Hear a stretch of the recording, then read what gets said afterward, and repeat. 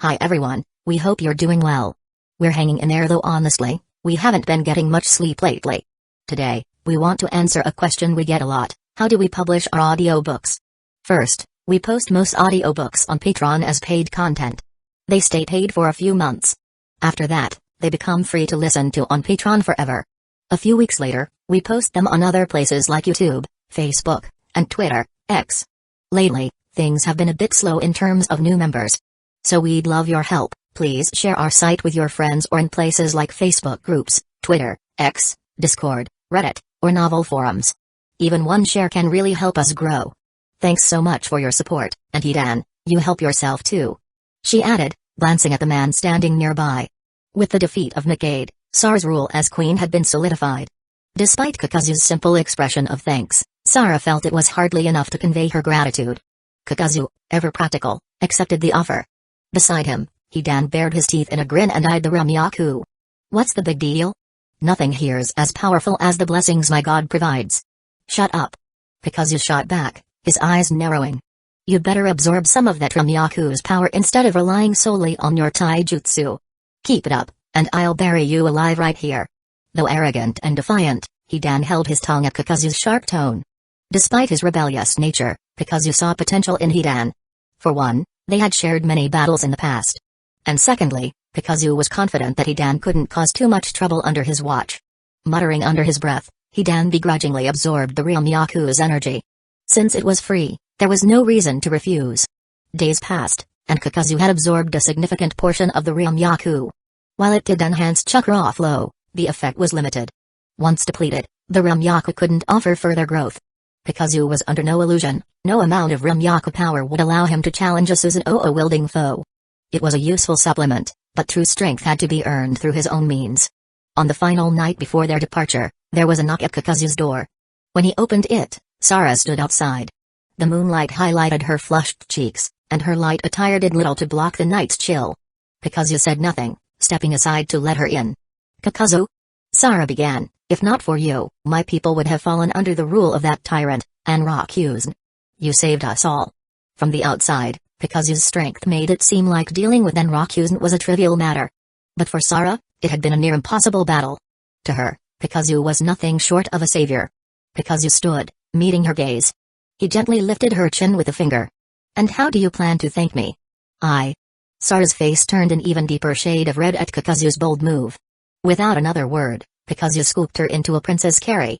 With a snap of his fingers, the room's lights went out. The next morning, Kakuzu quietly adjusted the blanket over Sara and stepped out of the room without a sound. He wasn't part of this world and couldn't stay. At the meeting point, Hidan was already there, sitting cross-legged with an impatient scowl. Kakuzu, what the hell took you so long? I spent all night communing with Lord Jashin, and even that didn't take this long. Shut it. Unless you want to be stuck here forever, keep your mouth shut. Kakuzu's gaze turned skyward. Leaving Murin was simple, it was just another alternate space-time, after all. Using space-time ninjutsu was the key. Like the little blonde brat in the movie, mastering the Flying Thunder God technique would allow for a quick exit. Although Kakuzu hadn't fully mastered the technique, he had another space-time jutsu, Edo Tensei. While its primary function was to summon the dead at their peak power, it also demonstrated a deep understanding of space and time. Kakuzu weaved the seals, tiger, snake, dog, dragon. Though the hand signs represented Edo Tensei, he didn't activate the jutsu. Instead, he tuned into the spatial and temporal flow. As soon as he grasped the correct point in time and space, a bright light enveloped both Kakuzu and Hidan. Moments later, they were back outside. They found themselves in the middle of the Wind Country's endless deserts, with ancient ruins behind them. Finally, we're out. It's been way too long since I tasted fresh blood. Time to go hunting. Hidan declared, stretching before scanning the area for potential victims. Despite the desolation, Hidan's luck held. A lone figure with red hair was approaching from the distance. Hey! A redhead brat? Looks like today's my lucky day. Hidan reached for his scythe, ready for a kill, but Kakuzu blocked him with a firm hand. Hey! What's the big idea? Hidan scowled. Kakuzu didn't respond. His gaze was locked on the approaching figure. The boy had red hair and a youthful face, appearing around 14 or 15 years old. Hey, kid, what time is it? Kakuzu asked. The boy looked the two over, taking in Kakuzu and Hidan's presence. He quickly assessed that they were ninja, and clearly not from Hidden Sand Village. The intense chakra emanating from both of them made it obvious they weren't just any shinobi, they were formidable. His hands moved slightly behind his back, but he didn't make any sudden or threatening moves. Instead, he calmly answered, "It's March 15th, new calendar year 38. Hidan still looked confused, but Kakuzu's brows furrowed. He had only been inside for 7 days, but when he came out, 7 months had passed. It seemed the space-time distortion wasn't just a trivial matter. Kakuzu nodded to the boy in thanks. Then, without warning, he reinforced his left hand 30-fold and slammed it into the ancient ruins behind him.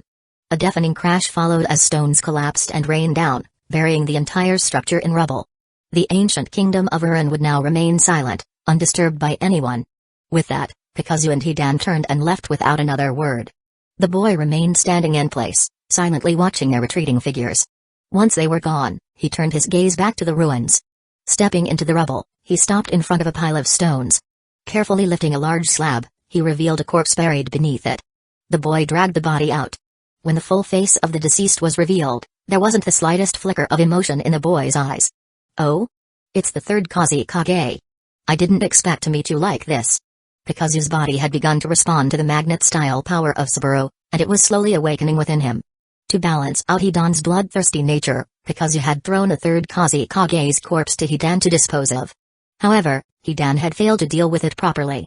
When they exited the other dimension, anything not belonging to Uran was expelled along with them. That was why the Kazekage's corpse had appeared here. The boy said nothing more, silently taking possession of the corpse. Elsewhere, Sara awoke in a bed within Uran. She opened her eyes and looked in the direction Kakuzu had left. Without a word, she got out of bed, dressed, and returned to her kingdom to resume her role as queen. 10 months later, Sara gave birth to a baby girl. Chapter 180, Black Zetsu's Frustration, Major Events in Hidden Leaf Village in the Land of Dragons. Inside a dimly lit laboratory. "You bastards brought me here for this? This is humiliating. If Lord Jashin saw me in this state, he'd be furious. Hey! Kakuzu, you could at least say something." Hidan had been strapped to the experimental table for 7 days and nights. His body was connected to multiple earth grudge fear threads and electrical wires, constantly sending shocks through his nervous system.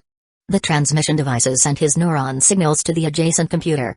Hueco, the scientist in charge, hadn't slept for an entire week. His bloodshot eyes weren't from exhaustion, but from sheer excitement. The louder Hidan screamed, the more exhilarated he became. "Finally, it's done." Hueco's triumphant shout echoed through the laboratory. Kakuzu, calmly sipping tea nearby, set his cup down and stood up with a composed demeanor. He knew it was time to assess the results. "How's it looking?" Hueco eagerly handed over a report freshly printed from the computer. "Lord Kakuzu, the results are clear. This guy's cells possess a self-repairing mechanism. No matter how damaged the cells become, they regenerate under a certain force. In other words," Hueco continued with growing enthusiasm, "we can consider this regenerative ability akin to medical ninjutsu. It restores destroyed cells to their original state, essentially granting immortality." Hueco's excitement mounted as he spoke. These cells were just as miraculous as Hashirama's, which he had researched previously. Hashirama's cells were versatile, capable of both regeneration and attack. Hidan's cells, however, specialized solely in self-repair.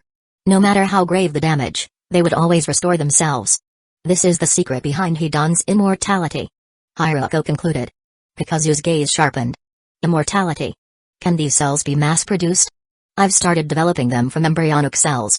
If all goes well, it should be possible. Hueco responded, though there was a hint of uncertainty in his voice.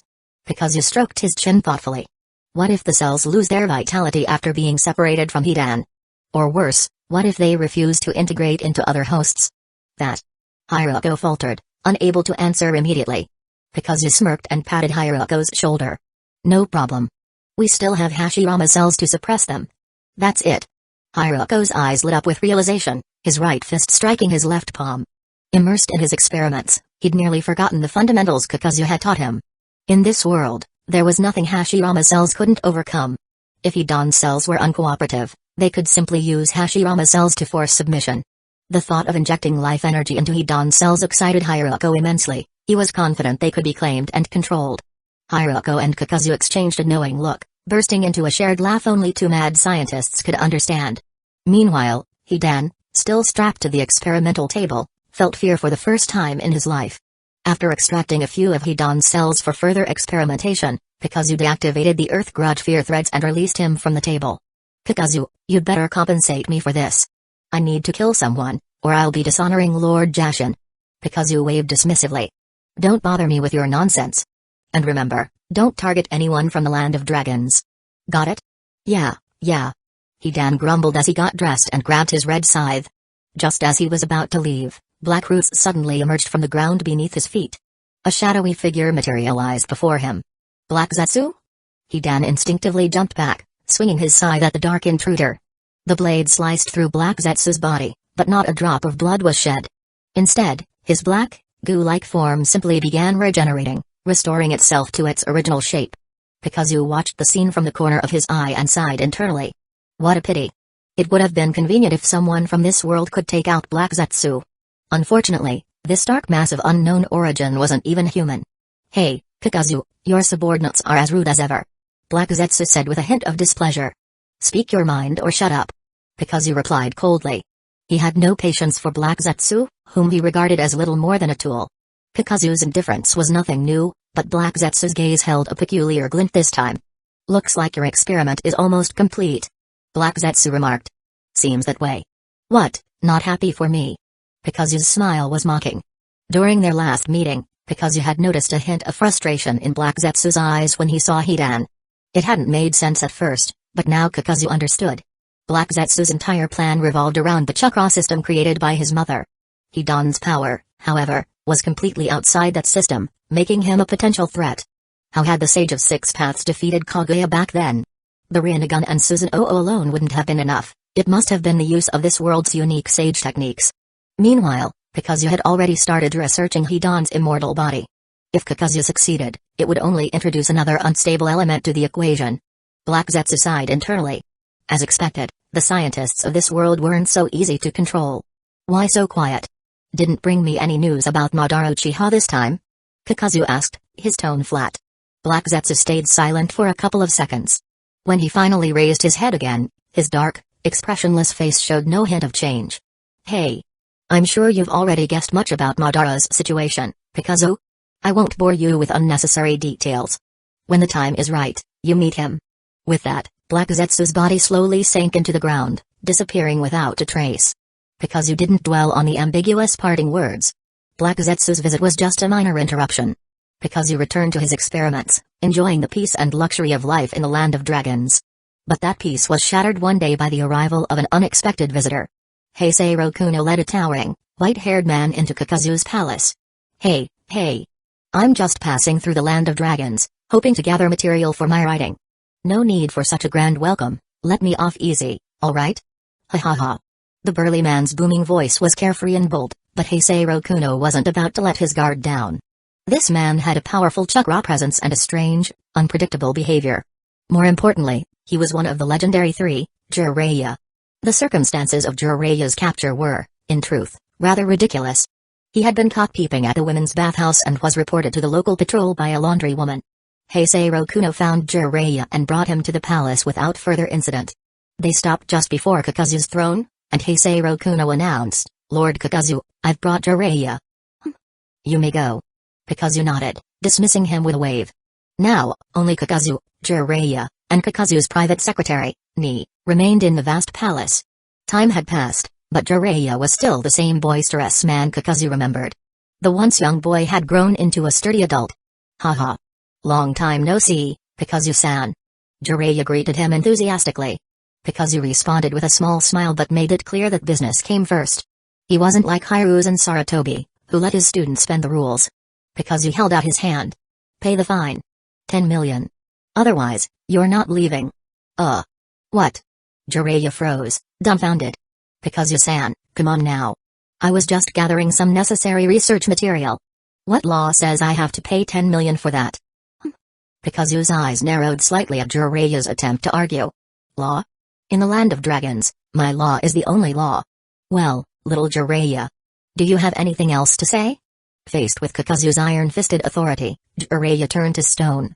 Despite his fame as a renowned author in the shinobi world, he was perpetually broke. He regularly had to pay down debts for a certain woman, and 10 million was no small amount. If he paid, he'd have nothing left for breakfast with a certain princess. Frantically waving his hands, Jiraiya racked his brain for a way out. Kakuzu-san, This concerns confidential Leaf Village matters. I'll need your help this time. A few days later, in Hidden Leaf Village. The once revered Hotake clan residents stood silent and shuddered. Wilting flowers around the entrance seemed to reflect the slow decline of this ancient family. Passers-by whispered cruel remarks and, in some cases, spat at the gate. Inside, Tsukumo Hotake knelt on the floor. He stared ahead for a long time before withdrawing his gaze and turning to Kakashi, his son. He gently stroked Kakashi's soft white hair. Kakashi, bring me our clan's sword manual. Father. 8-year-old Kakashi didn't understand why his father wanted the manual now, but his instincts told him something was wrong. Tsukumo Hotake gave a small, weary smile and said nothing. Kakashi could only nod and head to another room to search. Once Kakashi was gone, Tsukumo exhaled and pulled out a pristine dagger. The blade's polished surface reflected his bitter smile. He raised a dagger, prepared to stab it into his abdomen. Coward. The word cut through the air like a blade. Who's there? Tsukumo instantly reversed his grip on the dagger and rose to his feet, scanning the room with wary eyes. He finally sensed a presence on the roof. Without a second thought, Tsukumo leaped up, and froze when he saw Kakuzu. Kakuzu stood with his back to Tsukumo, dismissively waving a hand. Don't worry about me. Just focus on your own affairs and end your sinful, pathetic life. Kakuzu-sama, Tsukumo Hotake started, but Kakuzu was clearly running out of patience. Don't tell me I once led you. Kakuzu interrupted coldly.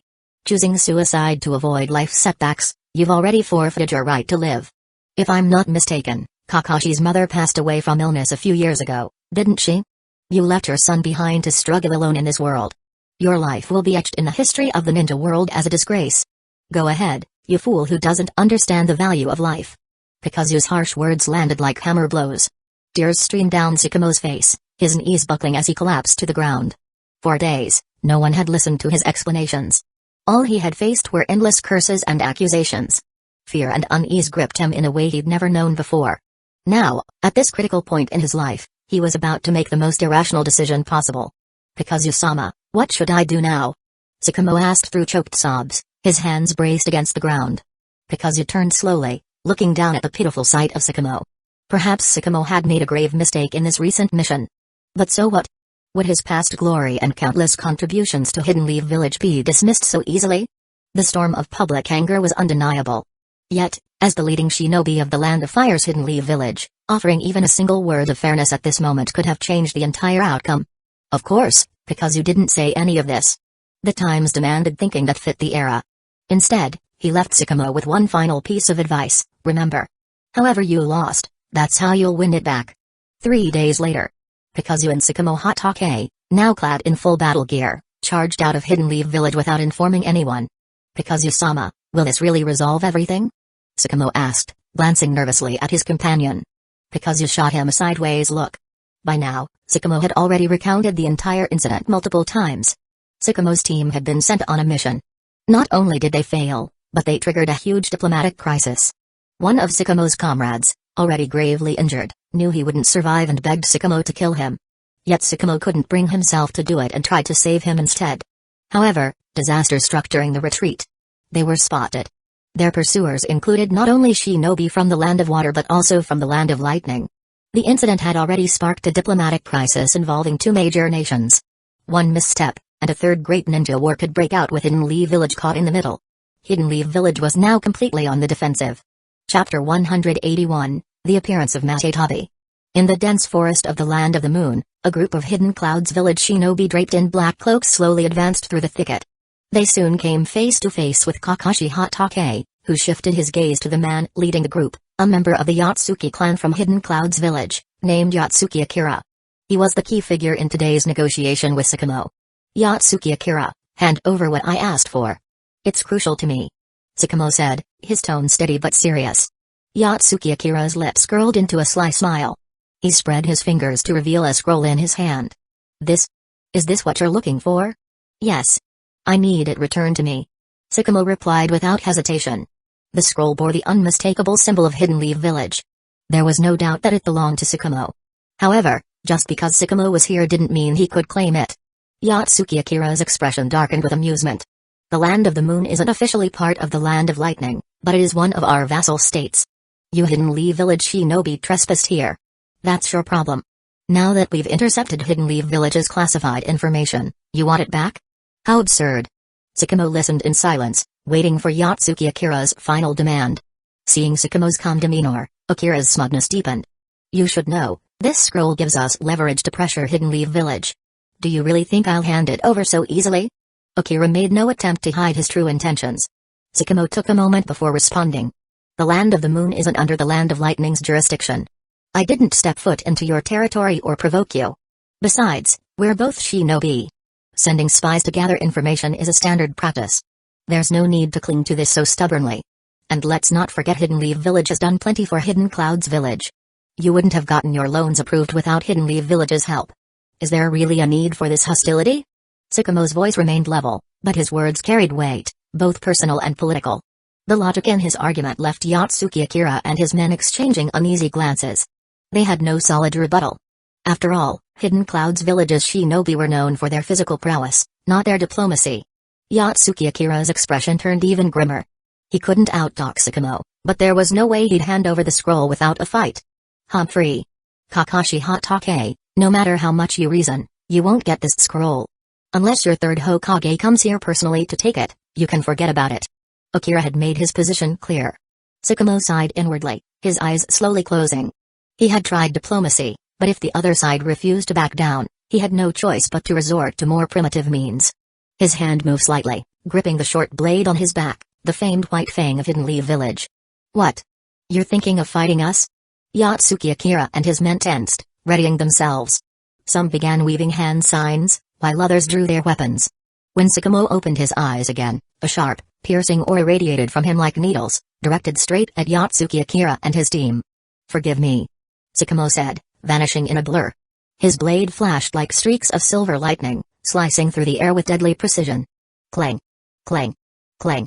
The sound of metal clashing echoed through the forest. Sparks flew as Tsukumo's speed and strength overwhelmed the Hidden Cloud's village shinobi.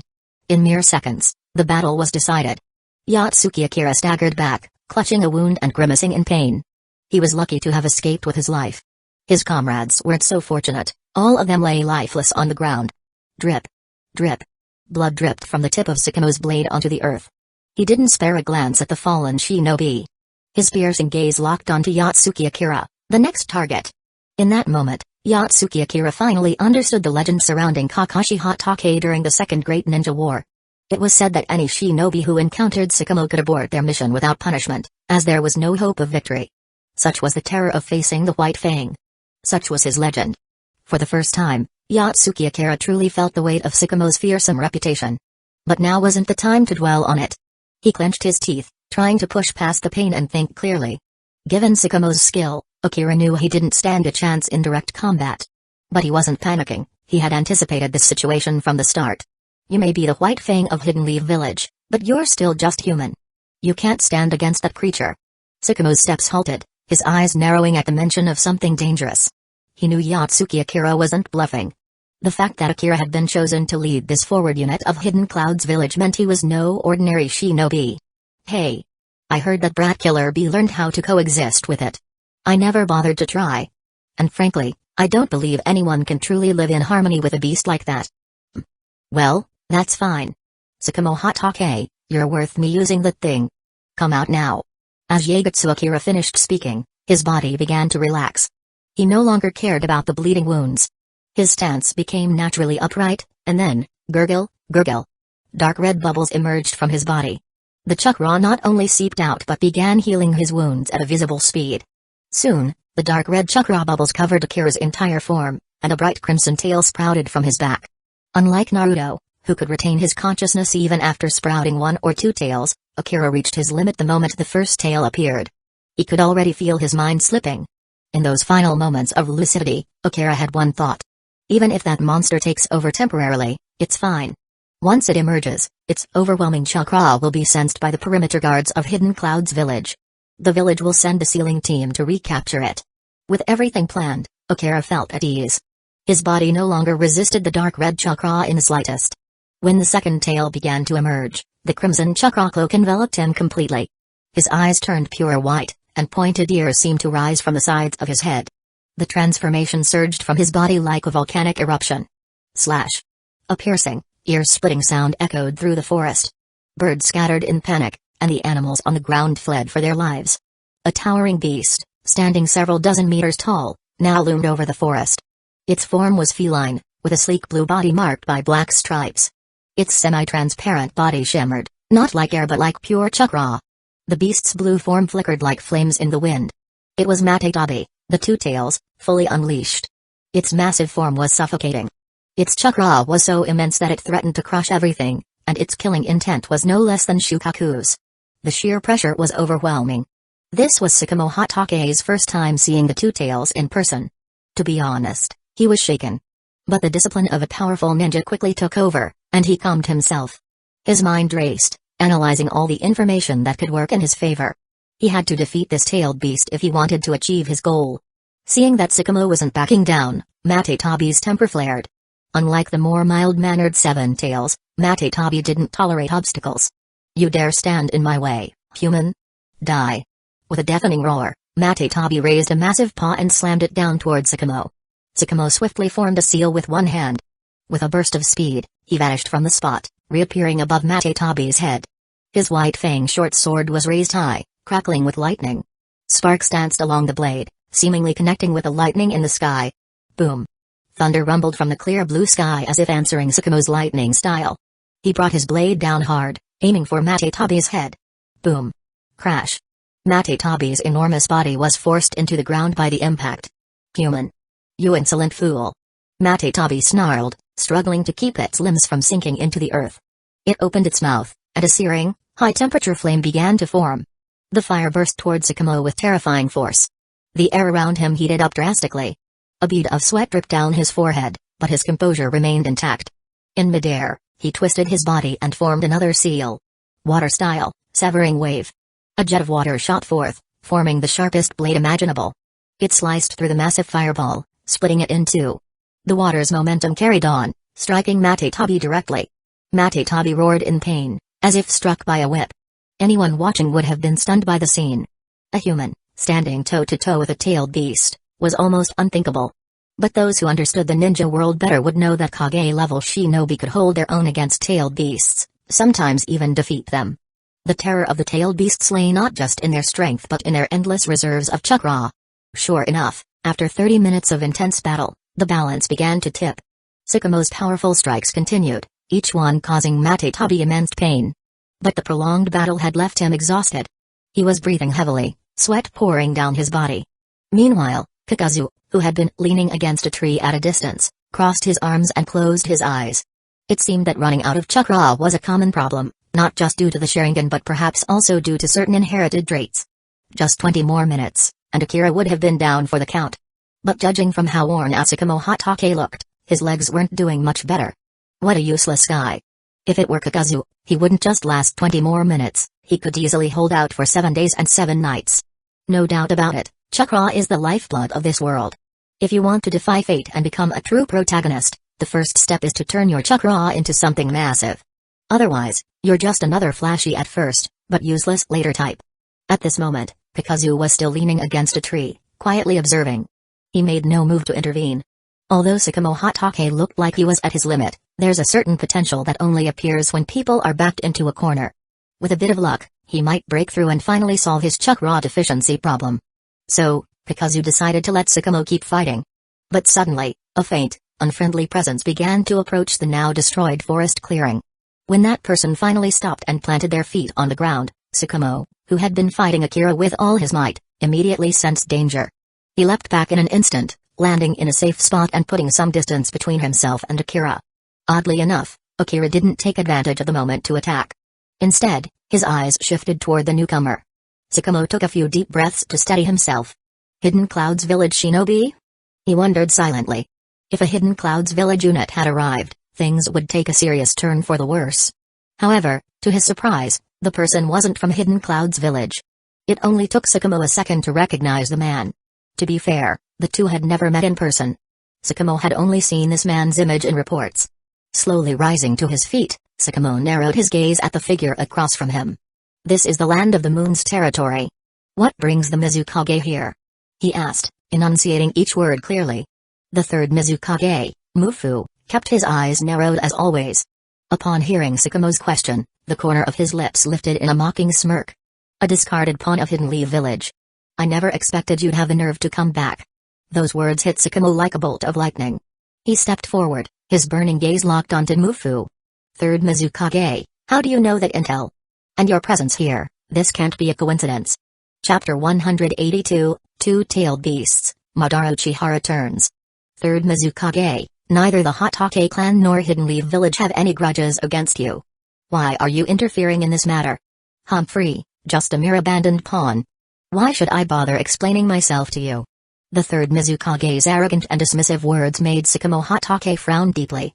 Gripping his blade tightly, he took a light step forward. Just as he was about to launch forward like an arrow leaving the bowstring, his wrist was firmly grabbed by another hand. Beside him, Kakuzu had appeared. Step back for now. You should focus on figuring out how to compensate for your clan's lack of chakra. With a wave of his hand, Kakuzu signaled Sakamo to withdraw. This battlefield was no longer suitable for him. Sakamo, without protest, silently retreated. Kakuzu turned his gaze toward Mufu. Third Mizukage, what a shame. Last time, I only took your teacher away. This time, I've decided to leave you here as well. Mufu was unfazed by Kakuzu's appearance. In fact, from the moment he stepped onto the battlefield, he had already sensed Kakuzu hiding in the shadows. He merely sneered in response, saying nothing, as his body began to undergo a drastic transformation. Gurgle. Gurgle. Dark red chakra surged, and multiple tails unfurled behind him, swaying against the wind. As the sixth tail emerged, his chakra reached its peak. The tail beast cloak wrapped around Mufu, and his body rapidly expanded. Another towering beast, dozens of meters high, appeared. A massive, white, bloated body covered in a sticky liquid, two disproportionately small hands on either side, and four snail-like antennae atop its head, the six tails, skin, had emerged. With the six tails blocking the front and the two tails cutting off the rear, the situation was clear. Kakuzu, however, remained indifferent. Wood-style, 8 pillars binding jutsu. 8 massive wooden spikes shot up from all directions, enclosing the two tails. Their sharp tips pierced through the tailed beast's chakra cloak. Shriek. The two tails let out an ear-piercing wail. Every time it encountered his jutsu, it suffered the most unbearable pain. As for the six tails, summoning jutsu. With a burst of white smoke, another massive creature appeared. Kakuzu, what have you dragged me into this time? Oh my. You're fighting tailed beasts again? Do you have a personal vendetta against them? Katsu barely had time to stretch before noticing the enraged six tails and two tails before her. Kakuzu stood atop Katsu's head. Go. Show them the power of the Shikatsu forest. But I can't beat them. Katsu's tone was laced with reluctance. You won't be fighting alone. Forming hand seals once more, Kakuzu invoked his next technique. 9 masked beasts. 9 gates of extra-dimensional space appeared in the air. From within, 9 otherworldly summons emerged. Go. Have fun with them. Kakuzu folded his arms, his tone relaxed. He had yet to reach the level of a true god, but dealing with a few tailed beasts was still effortless. Minutes later, dark markings appeared around Kakuzu's eyes. Sage Art. This was the core power of Shikatsu Forest's Sage Mode. A stronger physique was necessary to wield more powerful jutsu.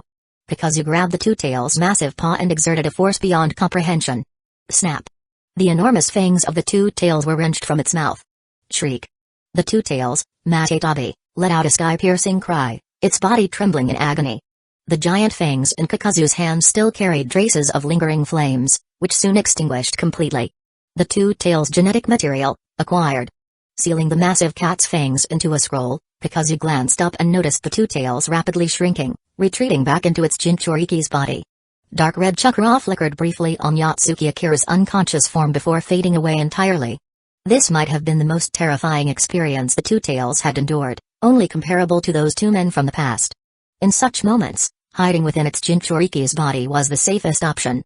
Kakuzu said nothing, walking over to the unconscious Yatsuki Akira. Without hesitation, he kicked his body towards Sakamo. Capture him. He'll be useful later. Kakuzu then slowly turned to face the still battling six tails. Unlike the two tails, the six tails was like a shell-less slug.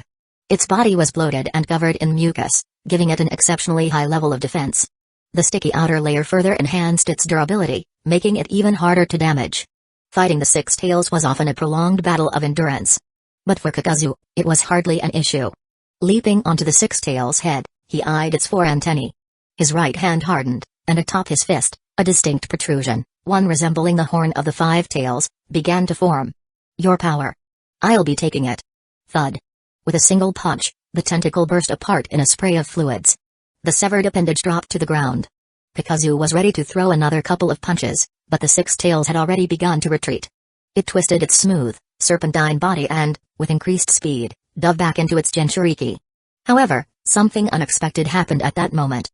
The third Mizukage, Mufu, still cloaked in his dark red chakra, had yet to fully revert to normal, yet he forcibly opened his eyes. Without saying a word, he took a sudden step forward and bolted into the distance. Seeing this, Kakuzu furrowed his brows. Unless one was a perfect Jinchuriki, controlling the form and withdrawal of a tailed beast was nearly impossible. The process of releasing and then resealing a beast should leave a Jinchuriki utterly drained. So why, after reclaiming the beast, did this third Mizukage still have the strength to flee as if nothing had happened? It was utterly baffling. But really, where do you think you can run? Kakuzu muttered. With a swift midair rotation, he landed steadily on the ground. Unhurriedly, he retrieved a sealing scroll and sealed the severed six-tails tentacle within it. Then, forming the opposing seal's hand sign with one hand, he vanished with a body flicker. A few minutes later, over the vast ocean, the unavoidable route leading to the Land of Water, Mufu finally came to a halt. He knew Kakuzu had already caught up. Tap. Tap. Tap. Ninja boots pressed against the water's surface, sending ripples outward. As the sound of approaching footsteps grew closer, Kakuzu arrived. Mufu's face was flushed, his body weak and drained. It was clear he had not yet fully recovered. But even if he had, there was no way out for him today. You're different from the rest, Kakuzu remarked, stepping forward. Tell me what I want to know, and maybe I won't make it too painful for you. Mufu chuckled coldly. You want information from me? Keep dreaming. And besides, you can't kill me. Kakuzu narrowed his eyes, his steps quickening. When he was mere meters away, he suddenly leaped forward like a hunting beast, stretching out his massive hand to seize Mufu's face. But in that split second, a strange sensation flashed through Kakuzu's mind, causing him to furrow his brows. It was nothing tangible, just an instinct, a sudden wariness. He neither sensed any foreign chakra nor detected any presence nearby. Yet, inexplicably, his intuition screamed at him. A baseless hunch, perhaps. But in the world of shinobi, gut instinct was often the most reliable warning of all. How many people in this world could trigger such a reaction from someone like him? Midair, Kakuzu twisted his body in an instant. His right fist had already hardened 30 times over, its jagged tip infused with the genetic power of the five tails. Simultaneously, the lingering effects of Sage Mode had yet to fade completely.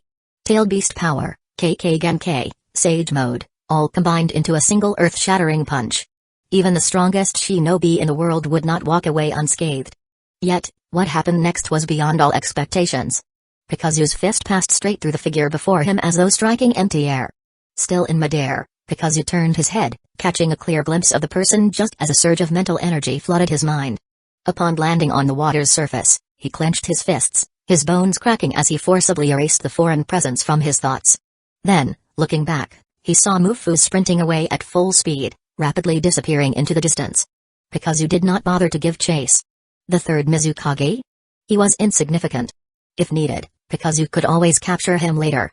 But the figure standing before him now, that was someone truly rare.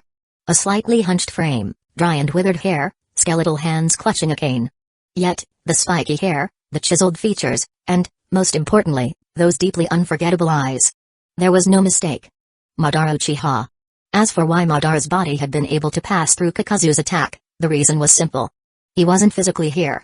His entire figure, shimmering in a haze of colors, was nothing more than a projection. I never would have thought that a mere insect from the past would evolve to this extent. Madara's voice, now tinged with age and exhaustion, lacked its former vigor. It was the sound of a man approaching the twilight of his years. Kakuzu, however, was not surprised in the slightest. He himself was over 50, and Madara was even older than Hashirama Senju by a year. That meant he was already in his late 60s. So, you've taken control of the third Mizukage. What exactly are you planning? The moment the question left Kakuzu's lips, he suddenly felt foolish. Because he had just remembered the events of the original timeline. The reason Obito had fallen into darkness was because of Nohara Rin. And the reason Rin had died? Ultimately, it all traced back to the hidden mist. Those mist shinobi had foolishly implanted the three tails into Rin, then intended to send her back to Hidden Leaf Village as a living bomb. This might seem like a loss for Hidden Leaf Village, but if you think about it carefully, Isn't this just handing them a tailed beast for free? Think about it, back in the day, the first Mizukage fought tooth and nail at the negotiation table to secure the 3 tails. And now, these later generations are just giving it back to Hidden Leaf Village. This is nothing but a foolish move, sacrificing 1,000 of their own just to harm the enemy by 800. But why did the third Mizukage give such a ridiculous order? If he wasn't just plain brain dead, then the only explanation that makes sense is that he was being controlled.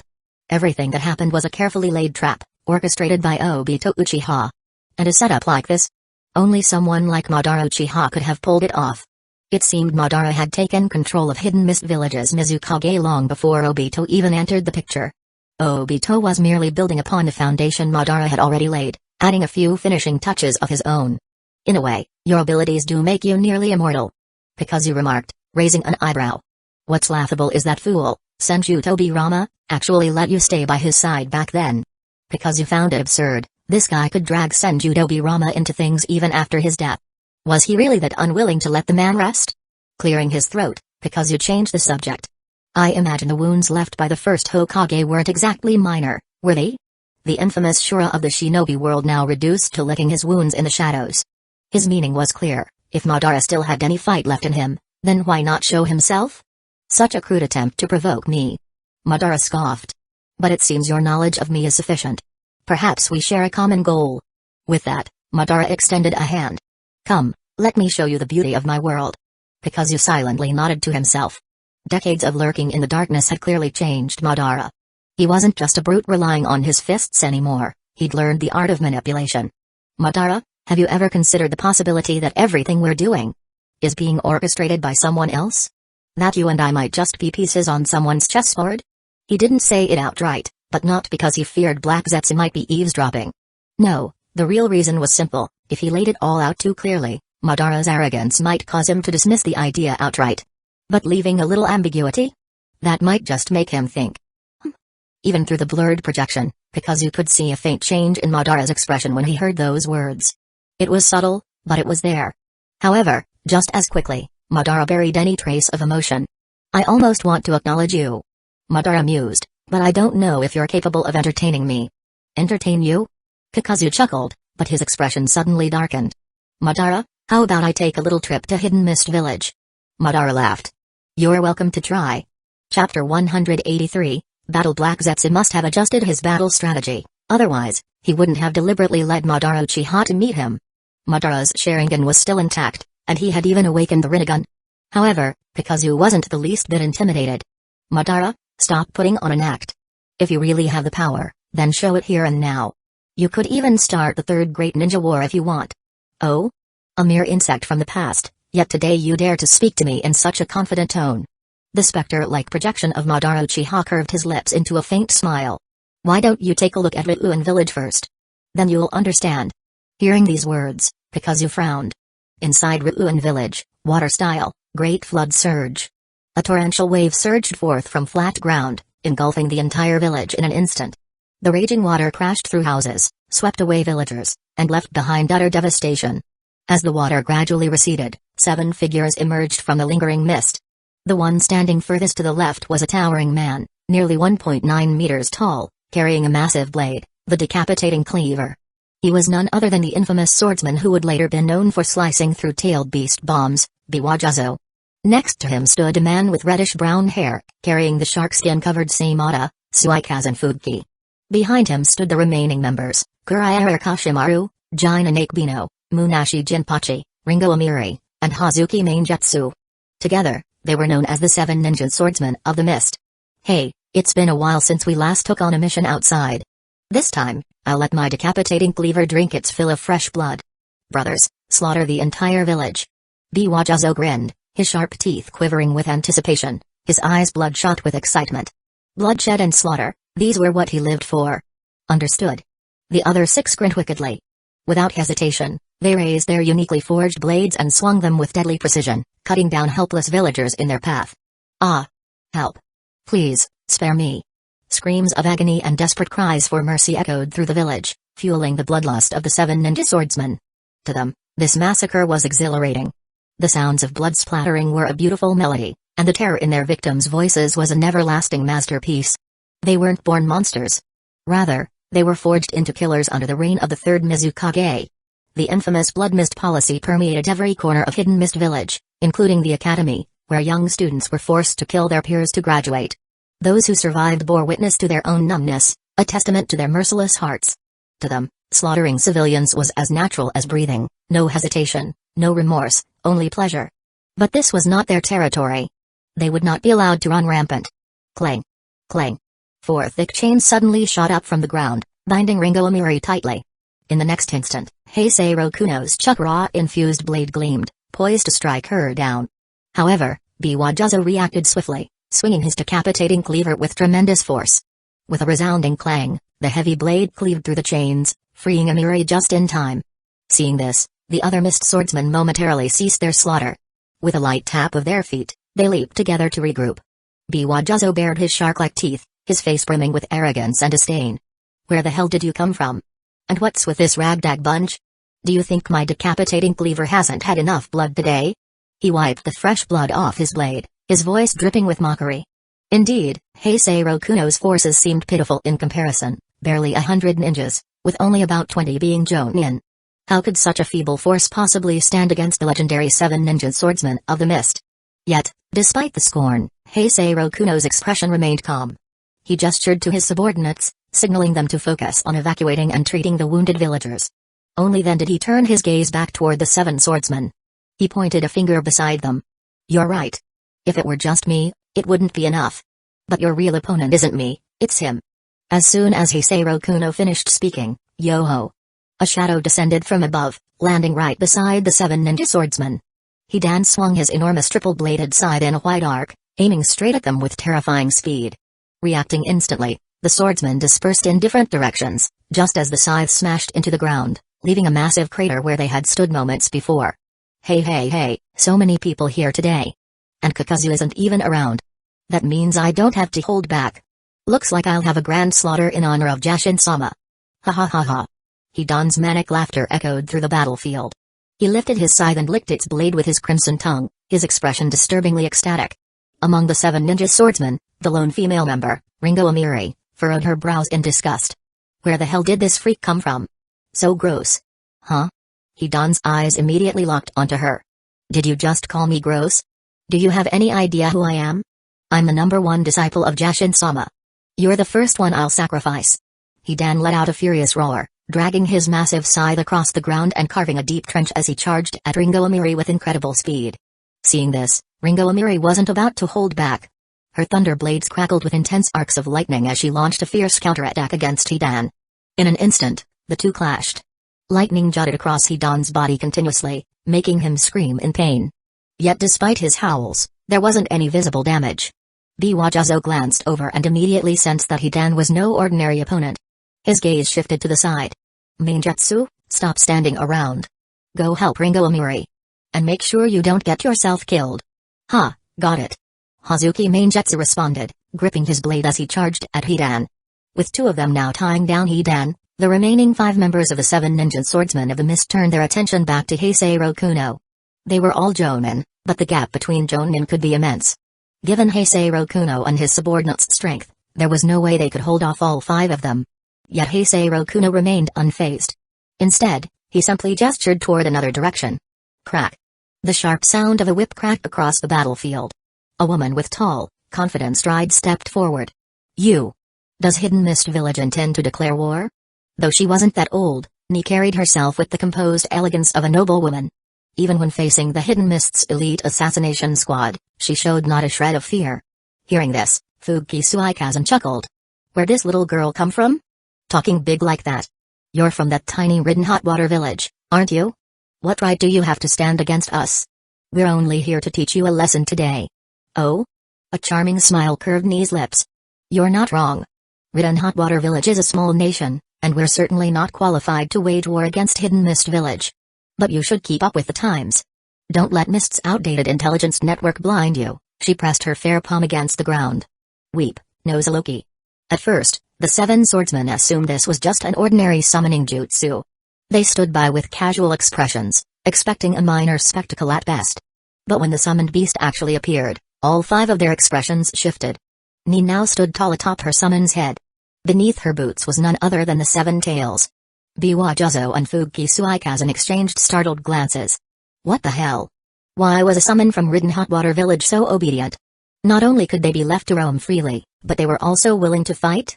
That made no sense. Before they could fully process this, Ni summoned several more of her beasts. In an instant, massive summoned creatures filled the entire entrance of Ridden Hotwater Village. What I meant earlier, Ni said, her whip pointing forward with an air of absolute dominance, is that while Ridden Hotwater Village may not be able to challenge Hidden Mist Village head-on, taking down a few of you today won't be a problem. At that moment, the Seven Tails opened its maw, a tailed beast bomb forming within it. As the colossal blast surged forward, Biwajuzo didn't hesitate. He hoisted his executioner's blade and charged straight into the attack.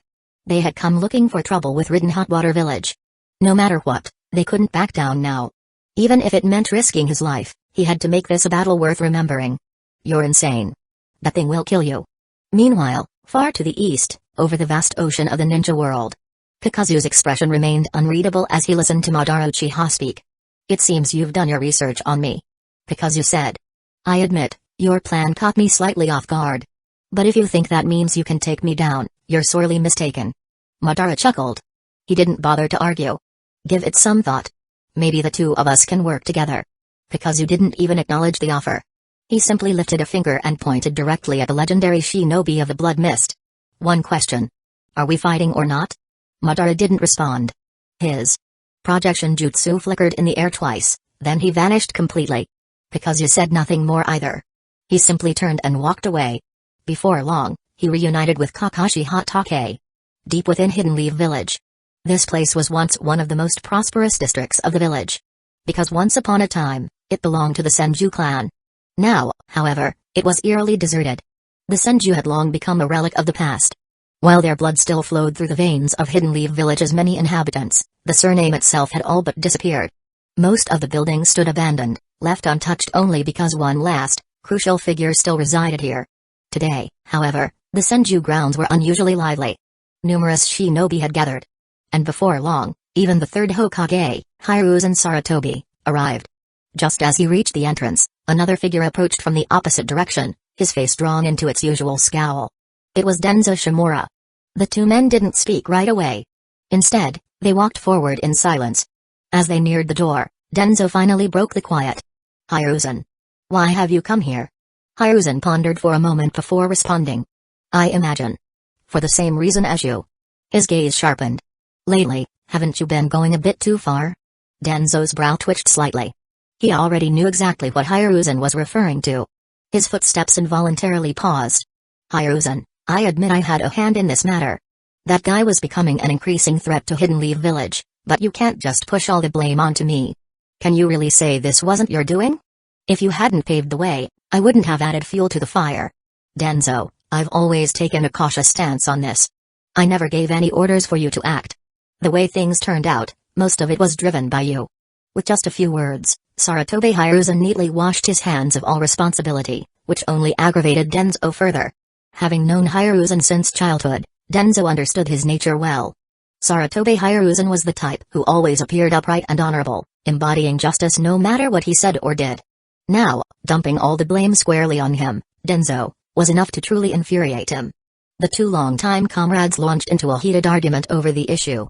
In the end, Hiruzen, regret this. Danzo, I'll remember. Just as their ultimate verbal blows were about to land, the door in front of them suddenly swung open. A striking young girl, around 15 or 16, with vibrant red hair, stood at the entrance. Lord Hokage. And Lord Danzo, you're here too. Please, come inside. Grandmother has been waiting for quite some time. Realizing his momentary loss of composure, Sarutobi Hiruzen quickly cleared his throat and adjusted his demeanor before turning to the Kunoichi.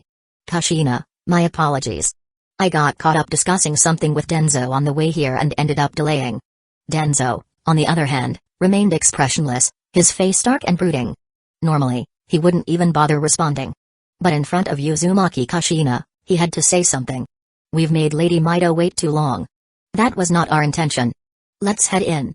In Hidden Leaf Village, there was perhaps only one person who could command such obedience from both Sarutobi Hiruzen and Shimura Danzo. Uzumaki Mido.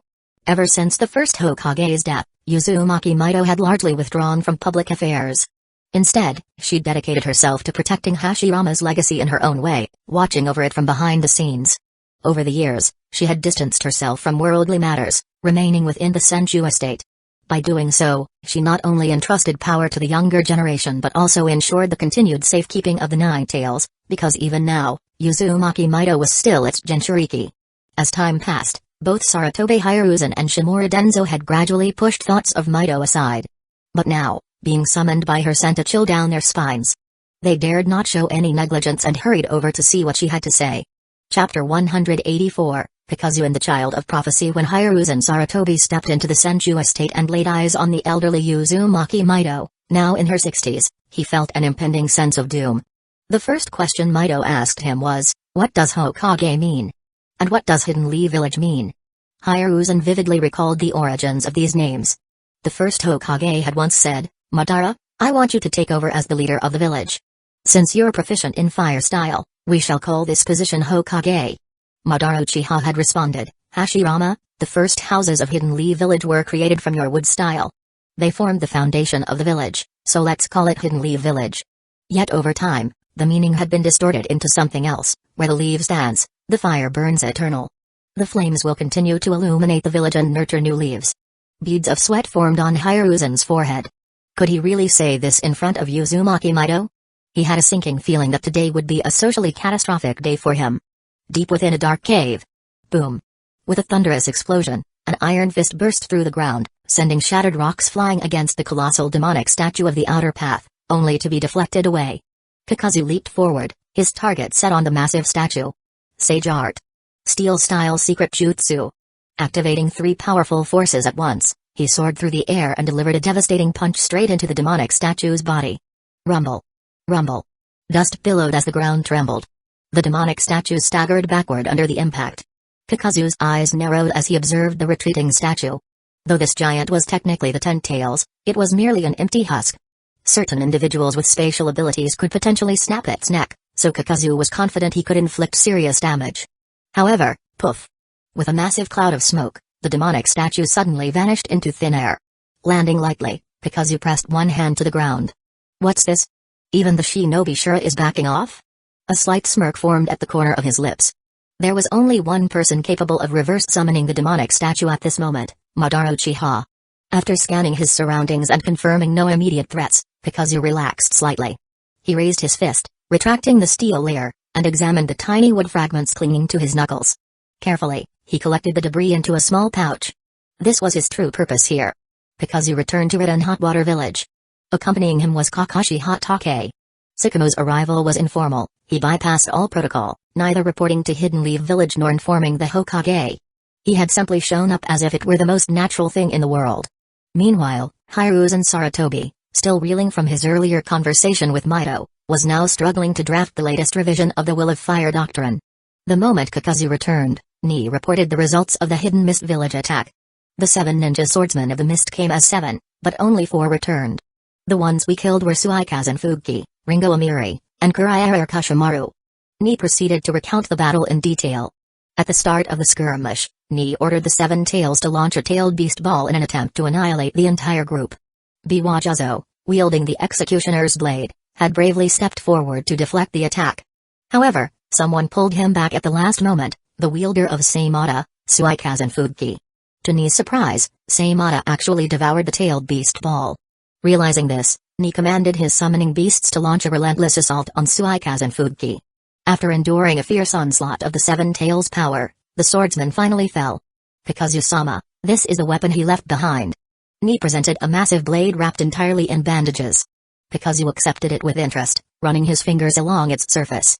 From this angle, he could see Seimata's toothy maw beneath the layers of cloth. Interesting. A sword that can devour a tailed beast ball. This is quite the weapon.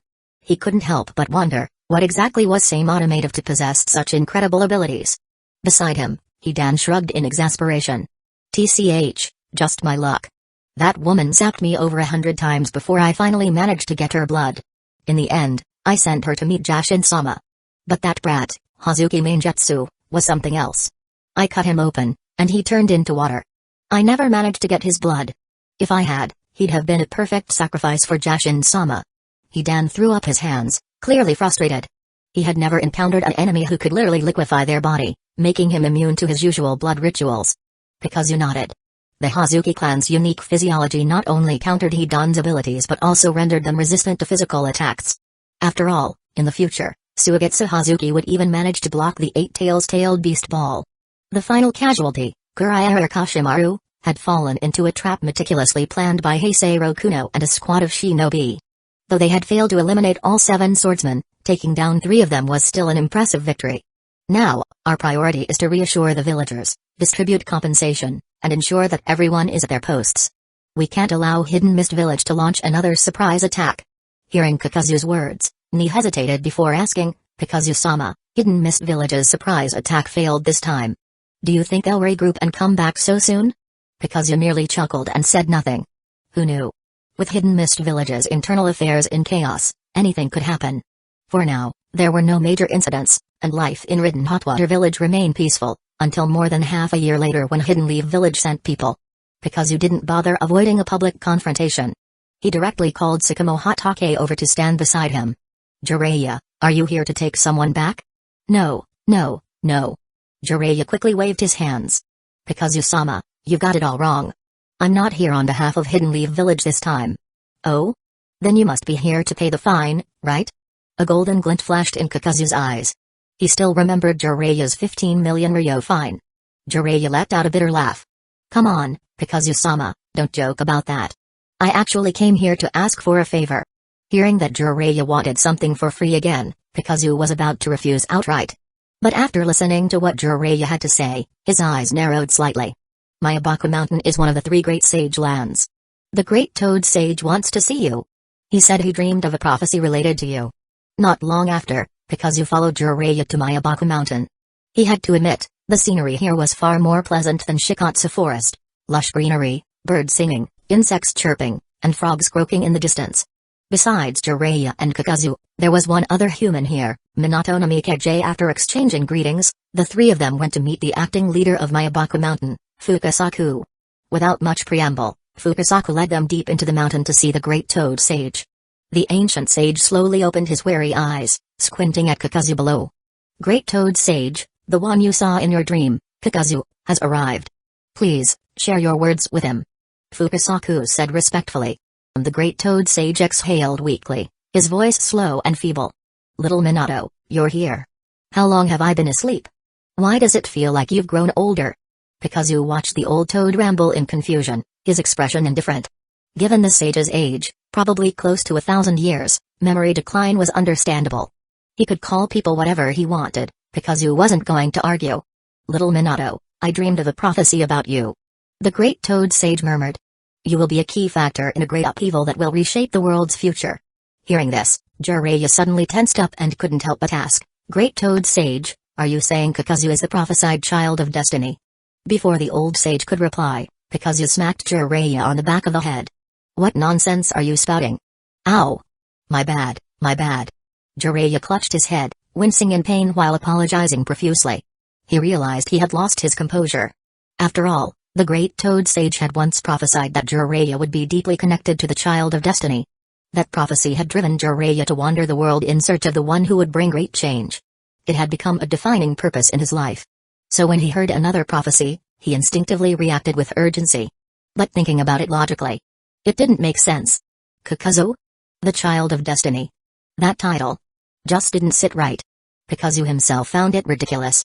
He was old enough to be a grandfather, and now they wanted to call him a child? What a joke. No, no, no. The Great Toad Sage unexpectedly raised a trembling finger and waved it. My latest dream showed me. The world in the future seemed even darker. Against this darkness, the child of destiny continued to struggle forward. But this time, someone else stood in his way. That person was none other than little Minato. As soon as these words left the sage's mouth, Fukasaku, Jiraiya, and Minato Namikaze were all stunned. The implication was clear, Kakuzu would be the one standing in the way of the child of destiny. Seeing their expressions, Kakuzu remained utterly indifferent. Instead, he asked a different question. Great Toad Sage, tell me. Is everything this so-called child of destiny does necessarily right? The Great Toad Sage fell silent. 1 minute passed. 2 minutes. 10 minutes. 30 minutes. Fukasaku rubbed his forehead awkwardly. Should we Get him a blanket? At his age, falling asleep sitting up like this might make him catch a cold. With no other choice, Fukasaku leaped onto the great toad sage's shoulder and whispered into his ear. A few minutes later, the ancient toad finally snapped out of his daze.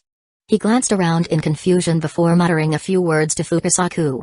Then, as if suddenly remembering, he spoke again. Ah, yes. Little Jiraiya, you asked whether the Child of Destiny's actions are all correct, didn't you? To be honest, I don't know.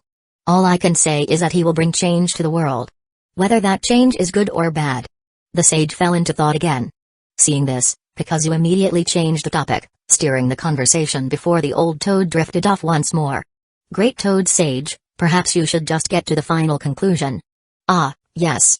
I nearly forgot the main point I was trying to make. The Great Toad Sage paused in thought once more, though this time, he managed to stay awake. That's right, I remember now. You will stand between the Child of Prophecy and the deepest abyss of darkness. To most people, it may seem like you are obstructing the Child of Prophecy's path. But in my eyes, that's not necessarily the case. Are you stopping the Child of Prophecy from moving forward? Or are you guiding him? Or perhaps, leading him into the darkness? Maybe, in the end, you will fight alongside him. I cannot say for certain. The room fell silent. Everyone present was lost in thought. Among them, only Kakuzu had begun to form a clearer picture of the situation. The Great Toad Sage's words weren't wrong. The Child of Prophecy was Naruto, and Kakuzu had been born long before him. Naturally, that meant he had walked ahead of Naruto on the path of life. That much was no surprise. But what Kakuzu truly wanted to know was something else. Great Toad Sage, what exactly do you mean by a greater darkness? The Great Toad Sage fell silent again. 10 minutes passed. Just as Kakuzu was starting to lose patience, the old sage finally spoke. I do not know. But. Fukasaku, Jiraiya, and Minato all tensed, their hearts pounding in their chests. From the Great Toad Sage's words, it wasn't hard to deduce that this so-called greater darkness referred to an even stronger enemy. Everyone was now trying to guess, who could be the greatest enemy of all. Meanwhile, Kakuzu already had a theory forming in his mind. Could it be that the Otsutsuki clan would make their move?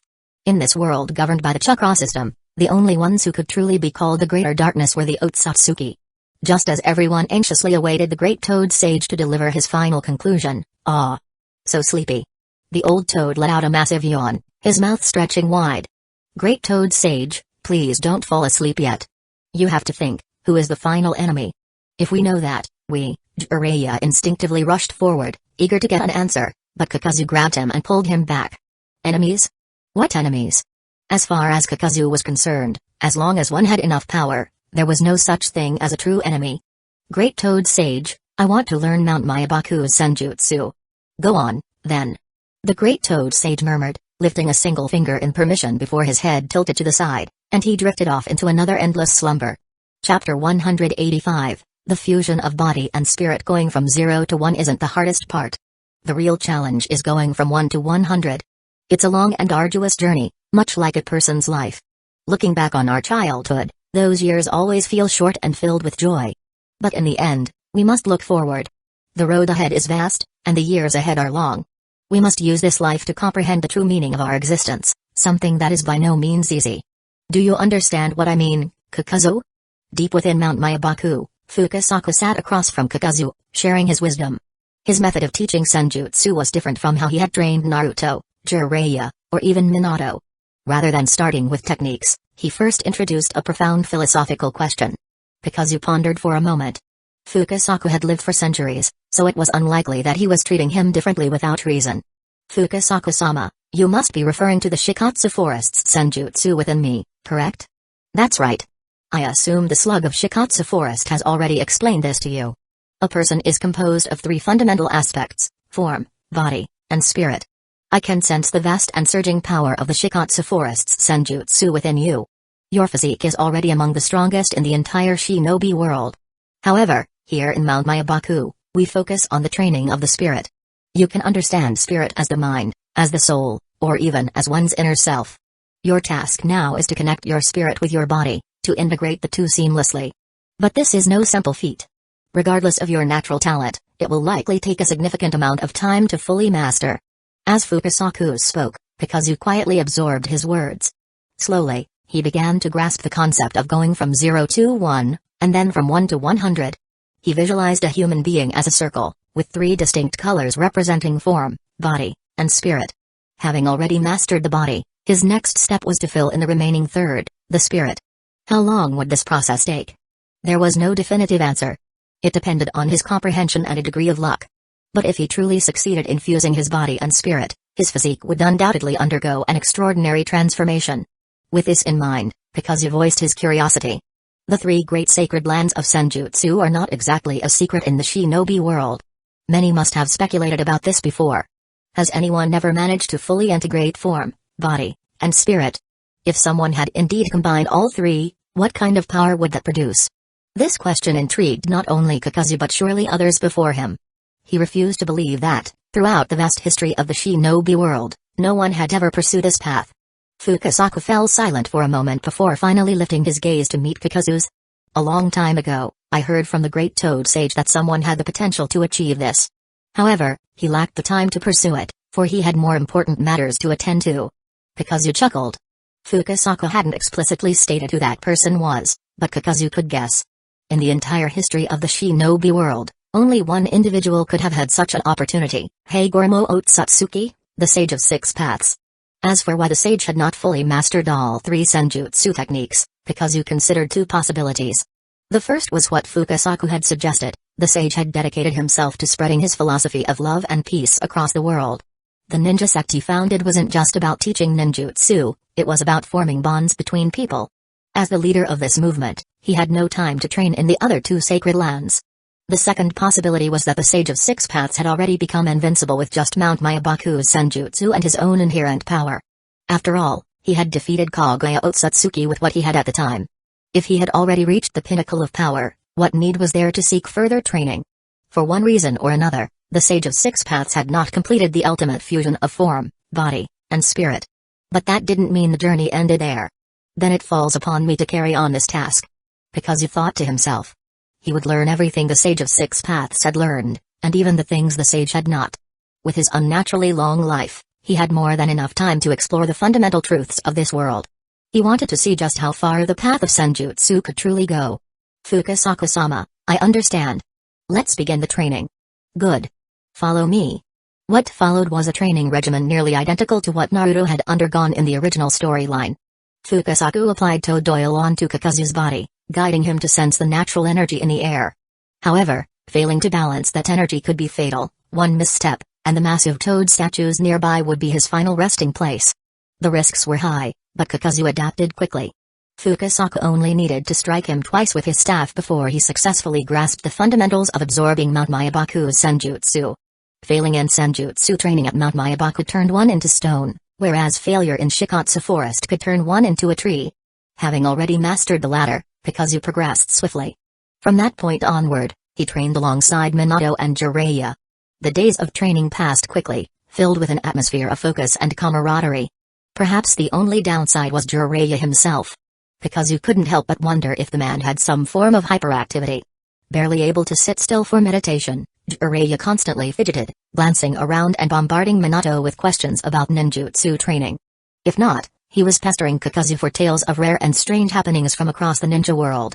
Seeing his own teacher act so scatterbrained, Minato could only offer an awkward smile. He's just interested in too many things. Minato explained. That's why he struggles to calm down. However, the fact that Minato held such an optimistic view only proved how young he still was. Kakuzu merely glanced at Jiraiya once and immediately grasped the real issue. Jiraiya, interested in a little relaxation? Well. That wouldn't be appropriate, ha ha ha. Jiraiya chuckled awkwardly, but his face betrayed his true thoughts. Kakuzu instantly understood why Jiraiya had no interest in becoming the 4th Hokage. Because Jiraiya knew that if he ever sat in the Hokage's seat, the legacy of the first's foundation, the second's reinforcement, and the third's reputation would all go down in flames. Breaking news, the Hokage of Hidden Leaf Village indulging in nightly pleasures, rarely seen in the office. The Fire Nation's entertainment districts are all familiar with the esteemed Hokage's patronage. Every top courtesan has nothing but praise for the Hokage. If that kind of reputation spread, Hidden Leaf Village might as well be finished. And if you don't believe it, just look at Hiruzen Sarutobi.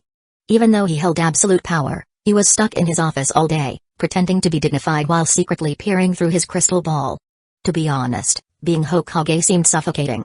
Sarutobi was probably terrified that if he ever stepped out for some exercise, the Uchiha police force would catch him red-handed. That would be quite the scandal. So, he had no choice but to restrain himself. If he didn't, it wasn't just the Uchiha who would deal with him, Danzo wouldn't let him off the hook either.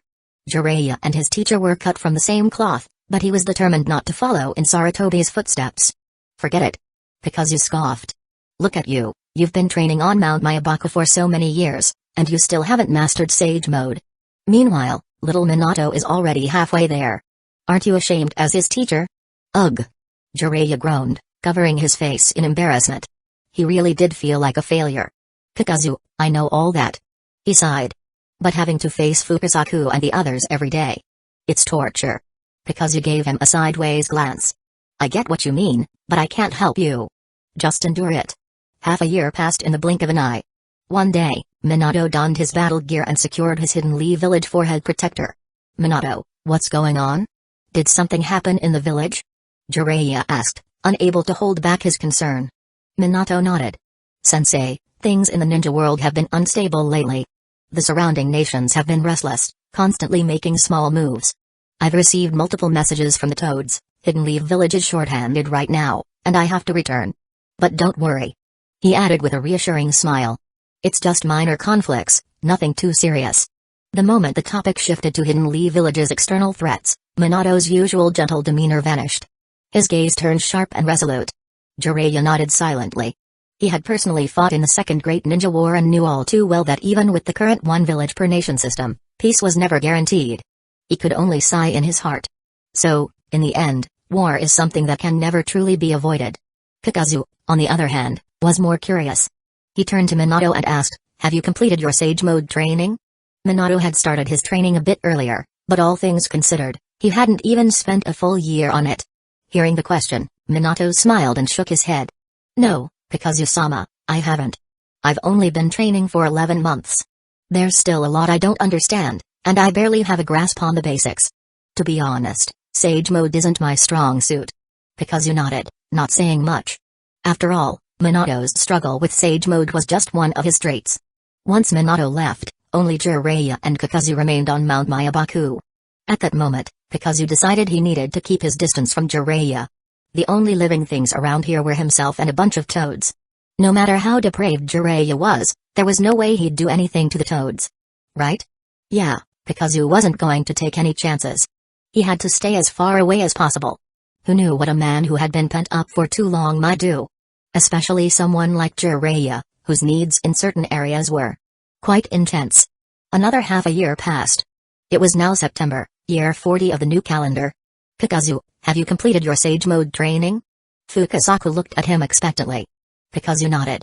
The two types of Sage Chakra in my body no longer clash, but that's as far as I've gotten. I still can't fully merge them. Once I leave, I'll continue training to achieve a balance between Shikatsu Forests and Mount Myabaku's Sage Modes. He wasn't Naruto, some fated child of prophecy who could master Sage Mode in just a few days. Plus, he was working with two different types of Sage Chakra, which made things even more complicated. It was bound to take longer. Still, his progress so far was promising. It was finally time for him to leave. As Kakuzu prepared the reverse summoning hand seal, Jiraiya suddenly had an epiphany. He turned to Fukasaku and said excitedly, Elder, I have a strong feeling that I'm getting closer and closer to finding the child of prophecy. Let me go out for a while, I need to take him as my student.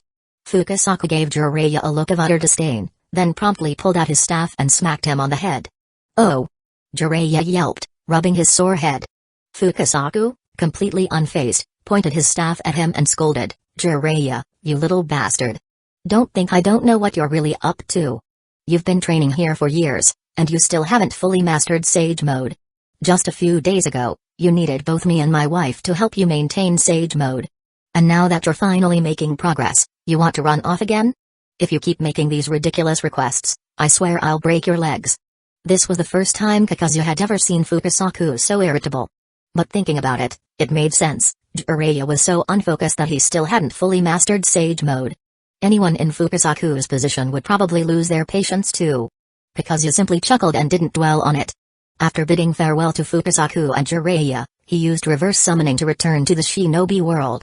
It took him a few more days to make his way back to his kingdom. The moment he returned, he and Ni battled for 3 days and 3 nights. Once the fight was over, Kakuzu sat in his mink fur chair, gently stroking the knee in his arms. In the year 1V been gone, has anything major happened in the village? He asked. Ni's face carried traces of happiness, but exhaustion was more apparent. Kakuzu-sama, you were right, things in the shinobi world have become increasingly unstable. Ever since you left, our village has frequently been attacked by ninjas from other villages. Even Hidden Mist Village's assassination squads have made their move. But after what happened last time, we expanded our forces and strengthened our defenses.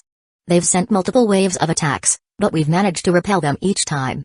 The casualties have remained within an acceptable range, so I didn't think it was necessary to disturb you. Hearing this report, Kakuzu nodded. Traveling outside always came with certain inconveniences, but Ni was capable of handling things on her own. She only reported the matters she couldn't resolve herself, which suited Kakuzu just fine. He preferred keeping his hands off village affairs as much as possible. By the way, aside from Hidden Mist Village's assassination squads, Hidden Sand Village has also been making some suspicious moves. There was even a border skirmish a few days ago. Hidden Sand Village? Kakuzu frowned. What are they up to now? Ni lifted her head to look at him, brushing a strand of hair behind her ear. Kakuzu-sama, while you were away, rumors began circulating in the shinobi world that the third Kazekage has been missing for a long time. Internal conflicts have started to surface within Hidden Sand Village, and the disorder in their government has led to instability in their country. That's what caused the border conflict. Hearing this, Kakuzu sat up. He had almost forgotten, according to the original timeline, the disappearance of the third Kazekage was the very incident that set off the Third Great Shinobi War. Could it be that the war was about to begin? Chapter 186, Kakuzu, Tsunoda's creditor Lord Kakuzu, the dilution research on the hero water is nearly complete. I've removed all impurities, leaving only the beneficial components for the human body. However, there's a catch. The so-called impurities and beneficial elements are actually interconnected. By eliminating all impurities, we've ensured it no longer harms the body, but the effectiveness of the hero water has also been significantly reduced. Now, drinking it would at best boost one's chakra level to that of an ordinary Kage. Kakuzu sat in a mink fur chair, flipping through the lab report in his hands while listening to Hiroko's analysis. Regarding the final experiment on the hero water, Kakuzu had a fitting analogy. Alcohol, whether red wine or white liquor, has a kick. Many drink precisely for that effect. After extensive research, Hyuga had ultimately decided to remove the kick, leaving only the components that expand the circulatory system and enhance chakra. It was like taking a high-proof liquor and diluting it into mild rice wine. While the taste might lose its depth, one could now drink it endlessly without getting intoxicated, and the increased blood circulation would be more efficient. Kakuzu nodded in acknowledgement, offering no further comments. After all, perfection is rare in this world. The fact that the new hero water could still grant the chakra reserves of a standard Kage was already an impressive feat. Not bad. That concludes the hero water experiments. What about the other one? Hearing this, Hiroko's expression turned more serious. He knew this was the experiment Kakuzu was truly invested in, the one that mattered most. Lord Kakuzu, the purification of Hashirama cells is complete. As per your request, we've integrated the cells of an immortal body into the Hashirama cells. The two complement each other and are indeed compatible. All thanks to the sheer strength of Hashirama's genes. Both Hidan's so-called immortality and Hashirama cells were priceless materials for research. The fusion of these two could lead to unforeseen miracles. However, Hyuga had one concern. Lord Kakuzu, this is our first experiment of its kind. We have no prior samples for reference. I fear that. Kakuzu understood Hyuga's hesitation. He pondered for a moment before nodding decisively. It's fine. Proceed. If he counted it up, how many tailed beasts' chakra had he already absorbed into his body? Perhaps his physical resilience wasn't as monstrous as Madara Uchiha's at the start, but Kakuzu had been improving himself continuously. Moreover, considering the Great Toad Sage's prophecy and Madara's recent emergence, the shinobi world was bound for even greater upheavals in the future. Given that, he had every reason to take this gamble. Seeing Kakuzu's unwavering resolve, Hyuga no longer hesitated. He retrieved a vial of diluted serum and a prepared embryonic cell sample from the cryogenic storage. Inside Ridden Hot Water Village the streets were bustling with people, and the roads were packed with flowing traffic. A fair-skinned young man with long hair, clad in a traditional kimono, walked leisurely through the city. He was none other than one of the legendary three Sannin, or Orochimaru. At this moment, he lacked the eerie aura he would possess in later years. Instead, he appeared rather composed, even respectable. After all, He was still in his early 30s, and at this stage, he had once genuinely aspired to become Hokage. This time, he had crossed borders on an official mission assigned by the third Hokage. Orochimaru strolled past shops and winding alleyways before finally stopping at a deserted corner. His eyes subtly shifted to the side. "My friend, I have an official travel pass. I followed all the proper entry procedures. Moreover, Lord Kakuzu has always maintained friendly ties with Hidden Leaf Village. I have no reason to cause trouble." The person following him had been tailing him for quite some time. Even Orochimaru, known for his patience, was starting to get annoyed. He had done nothing suspicious, yet he was being shadowed like a common thief. Anyone would find that irritating. The moment he finished speaking, a voice from behind responded. "I know you entered through proper channels, but do you really think I'd let a foreign shinobi with such a powerful chakra presence roam freely here?" Hearing this, Orochimaru frowned slightly. "Then what do you propose? You could tell me your objective. Perhaps I can even assist you." A smirk tugged at Orochimaru's lips. To be fair, the man had a point. As one of the three Sannin, Orochimaru was a well-known figure throughout the shinobi world. It was only natural for others to be wary of his presence. But at the end of the day, they were both shinobi, both tasked with carrying out missions. Could he simply reveal his assignment to a stranger? From his perspective, this was unreasonable meddling. In that case, Orochimaru suddenly spun around, extending his arm backward. Hidden shadow snake hands. Hiss. Hiss. Hiss. Hiss. His pale white arm transformed into a swarm of venomous serpents, their fangs bared as they lunged toward the source of the voice behind him. At the same time, Orochimaru took a slight step back, deliberately controlling his attack's intensity. He hadn't come here to cause trouble. His plan was simple: restrain his pursuer and leave. It was a solid plan in theory. However, in the next instant, a silver-white figure flashed like an illusion, slipping effortlessly through his hidden shadow snake hands. Before he could react, the figure had already closed the distance, appearing right before him. Not good. Orochimaru's slit-like pupils constricted once again. He had underestimated his opponent's strength. Just as he was about to form a defensive hand seal, a cold sensation pressed against his neck. "This is..." Orochimaru did not panic. In fact, he sensed a familiar presence from his attacker. He glanced down at the short blade pressed against his throat. It was unmistakably White Fang. With that realization, the identity of his opponent was obvious. Tsukumo Hatake was no longer wearing Hidden Leaf Village's vest, nor did his arm bear the Hokage's half-sleeve. His attire was simple, and his expression remained composed. Compared to the past. Hey hey. Orochimaru chuckled twice. The esteemed White Fang of Hidden Leaf Village has now become Kakuzu's personal swordsman. Orochimaru refrained from commenting on what had happened to Tsukumo in Hidden Leaf Village. After all, they were at least acquaintances, one could even say they had grown up together. So, he made a jest. However, the moment the words left his mouth, Orochimaru realized something was off.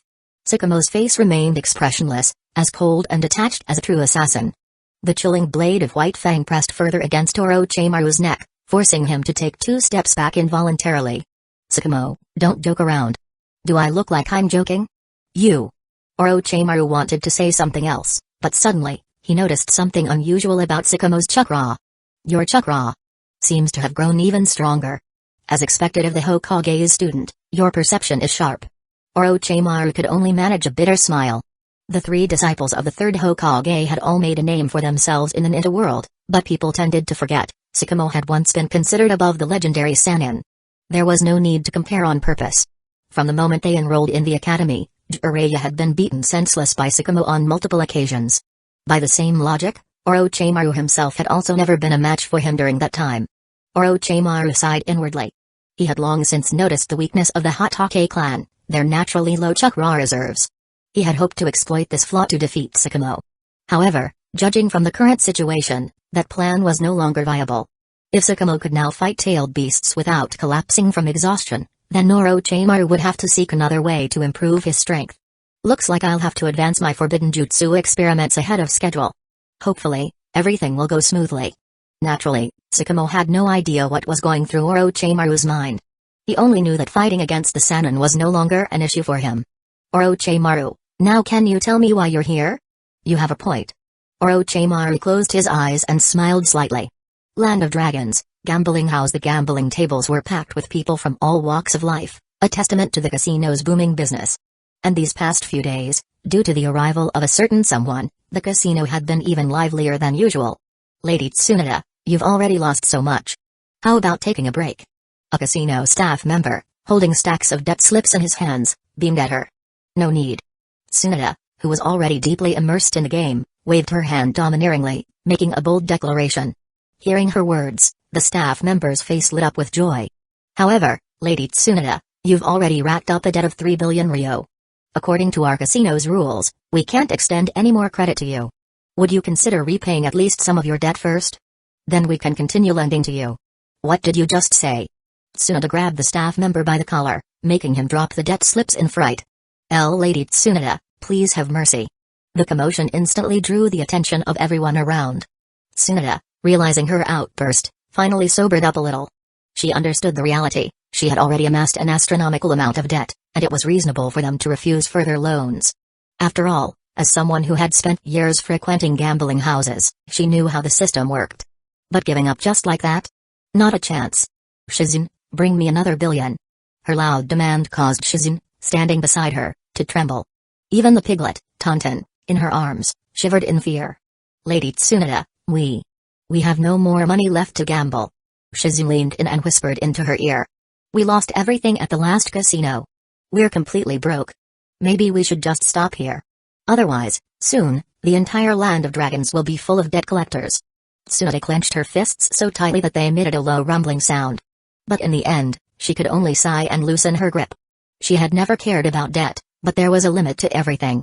She had lost money from the land of wind to the land of earth, then to the land of iron, and now to the land of dragons. To be honest, she truly had nothing left to gamble with. Fine, I guess this time I'll. Before she could finish her sentence, a thick stack of cash was suddenly placed in front of her with a loud thud. This is. Tsunade looked over in disbelief and saw a smiling sigh. Lady Tsunade, this is a small token of my appreciation. Please use it as you wish. The pile of chips was worth at least 2 billion ryo. The moment Tsunade saw them, the fire in her eyes rekindled. She swept her gaze over the other gamblers at the table, then pointed at the dice with a fearless grin. She uttered a single word. Roll. 1 week later, Land of Dragons Palace. Orochimaru clutched his chest and respectfully bowed before Kakuzu. Lord Kakuzu, it must have been nearly 20 years since we last met. Kakuzu nodded. The three little troublemakers from back then had all become renowned figures in the ninja world. Orochimaru, understanding his place, stepped aside. This matter no longer concerned him. The real event was about to begin. Tsunade's audience with Kakuzu. The moment she saw him, Tsunade felt a wave of unease. If it were any other debt collector, she could have easily escaped with a transformation jutsu. But tricking Kakuzu? Not a chance. Kakuzu wasted no time with pleasantries. Tsunade, do you know how much tax revenue your 3 billion ryo gambling debt could have generated for the Land of Dragons? His sharp tone made his displeasure clear. Lord Kakuzu, about that money. Tsunade began, but Orochimaru coughed twice beside her. Years of experience together allowed Tsunade to grasp his unspoken warning immediately. The message was simple. Kakuzu could be reasoned with about many things, but never about money.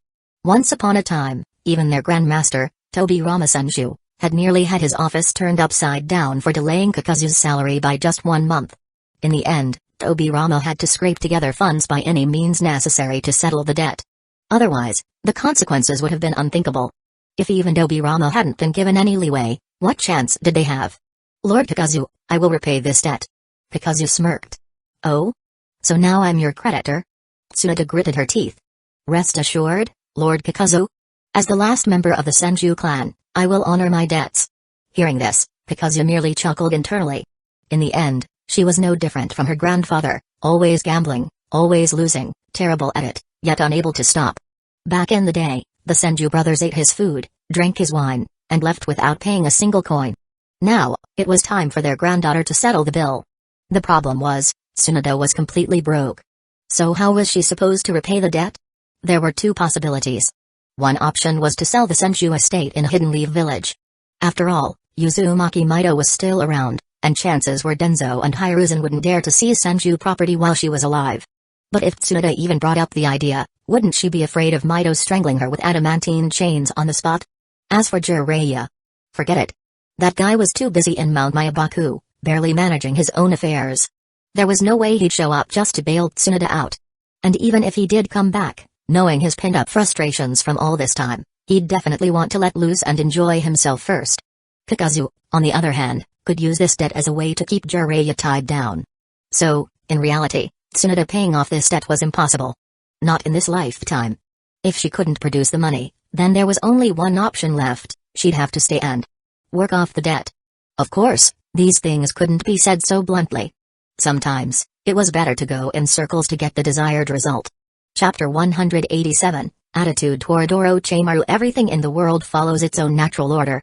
In this brutal shinobi world, to emphasize the destructive power of ninjutsu, there seems to be an unspoken rule: smoke, but no injuries. Yet, why was one of the last remaining member of the Senju clan so utterly pathetic? He barely ran 2 steps before being blown to pieces right in front of his teacher, Orochimaru. What an unlucky brat! Kakuzu muttered as Heisei Rokuno entered the room, dragging an unconscious, bound man and tossing him onto the floor. Lord Kakuzu, this man has been a bandit roaming the nearby mountains since before the founding of our dragon nation. He has taken 17 lives. According to our nation's criminal code, he is to be executed today. Kakuzu nodded. If the man was doomed to die, his death might as well serve a purpose. He signaled for Heisei Rokuno to drag the bandit's body into the prepared ritual circle, then began forming hand seals: tiger, snake, dog, dragon. Edo Tensei. The ground opened like a gaping maw, slowly swallowing the bandit's body. As the bandit awoke from his unconscious state, his eyes widened in horror, bloodshot and filled with terror. He screamed and struggled, but it was futile. This was his atonement for the 17 lives he had taken. As his body was fully consumed, the white ash of the jutsu peeled away, revealing a boy no older than 10. Senju Nawaki. He opened his eyes, blinking in confusion as he took in his surroundings. But then his gaze locked onto 2 figures in the room. Time had passed, and their faces had changed, but their presence was unmistakable. Tsunade. His dark eyes trembled as he whispered the word, staring at Tsunade. Tears streamed down Tsunade's face as she rushed forward, pulling her brother into a tight embrace. This was the person she had yearned for day and night. Nawaki's death had shattered her spirit, leading her to abandon Hidden Leaf Village and drown herself in gambling and alcohol. Standing nearby, Orochimaru's expression flickered between disbelief and intrigue. A glimmer of genuine surprise and even delight flashed in his eyes. He stepped forward, gently running a hand through Nawaki's hair before quietly retreating to the side. This moment belonged to the siblings. Kakuzu, Orochimaru, Heisei Rokuno, and the others silently left the room, giving them privacy. Lord Kakuzu, this must be the second Hokage's secret technique, Edo Tensei. What? Interested in studying it? At the mention of research, Orochimaru's expression shifted, a cryptic smile appearing on his lips. Lord Kakuzu, you flatter me. The essence of life is boundless. One can never truly finish exploring its mysteries. To most, Orochimaru's words would be difficult to decipher, but Kakuzu understood well enough. First, Orochimaru was implying that if Kakuzu could master Edo Tensei, then so could he. Second, Orochimaru's main interest still lay in immortality. Only by achieving eternal life could he slowly unravel the ultimate truth of the world. And lastly, he was conflicted. Not in the sense that he was lost about his future, but rather about a choice he needed to make. Having been influenced by Hiruzen Sarutobi since childhood, Orochimaru still harbored some lingering desire for the position of Hokage. Kakuzu couldn't help but admire Sarutobi's talent for brainwashing. He was truly a master at it. Even someone as intelligent and ruthless as Orochimaru had been ensnared, at least for a time. If there were a ranking for mind control, Kakuzu would rate Hiruzen as number 1. Even his teacher, Tobi Ramasenshu, would have to step aside. It wasn't until Hiruzen personally crushed Orochimaru's Hokage aspirations that Orochimaru finally abandoned his previous path and focused solely on his experiments. For now, however, Orochimaru was still wasting years chasing a dream that was never meant for him. In a way, it was a waste of time, but perhaps necessary. After all, without experiencing setbacks and pain, how could one truly find their path? The only thing Kakuzu needed to be wary of was Orochimaru's future transformation. Once he mastered immortality, his arrogance would skyrocket, and he would become one of the greatest threats to the shinobi world. Orochimaru's genius was limitless, but so was his ambition. The reason he ultimately redeemed himself? A bizarre fascination with watching Sasuke's journey. A ridiculous reason, but it only proved that Orochimaru's thought process was beyond conventional understanding. And people like that were always difficult to control. For now, it would be best to eliminate him while he was still manageable. Kakuzu's cold, eerie gaze lingered on Orochimaru, making the latter's eyelid twitch involuntarily. Lord Kakuzu, is something wrong? Kakuzu smiled faintly. No, I was just thinking that one day, you will surely become a dominant force in the shinobi world. Orochimaru forced a polite chuckle. Right now, he lacked immortality and was still vulnerable. Not only Kakuzu, but even someone like Kakashi Hatake could cut him down with a single strike. Only after he gained countless lives would he truly be free to do as he pleased. Kakuzu understood this feeling better than anyone. In many ways, he and Orochimaru were alike. Still, Kakuzu ultimately decided not to kill him. Why waste such a valuable resource? The shinobi world would be at a loss if it lost a scientist of Orochimaru's caliber. If he wanted to study immortality, so be it. Kakuzu wouldn't stop him. In fact, he had already prepared another path for him. Whether Orochimaru would follow it or not, well, that was no longer Orochimaru's decision to make. Orochimaru, of course, was unaware of any of this. Half an hour later, he glanced toward the palace, where the faint sound of muffled sobs could still be heard. He let out a small sigh.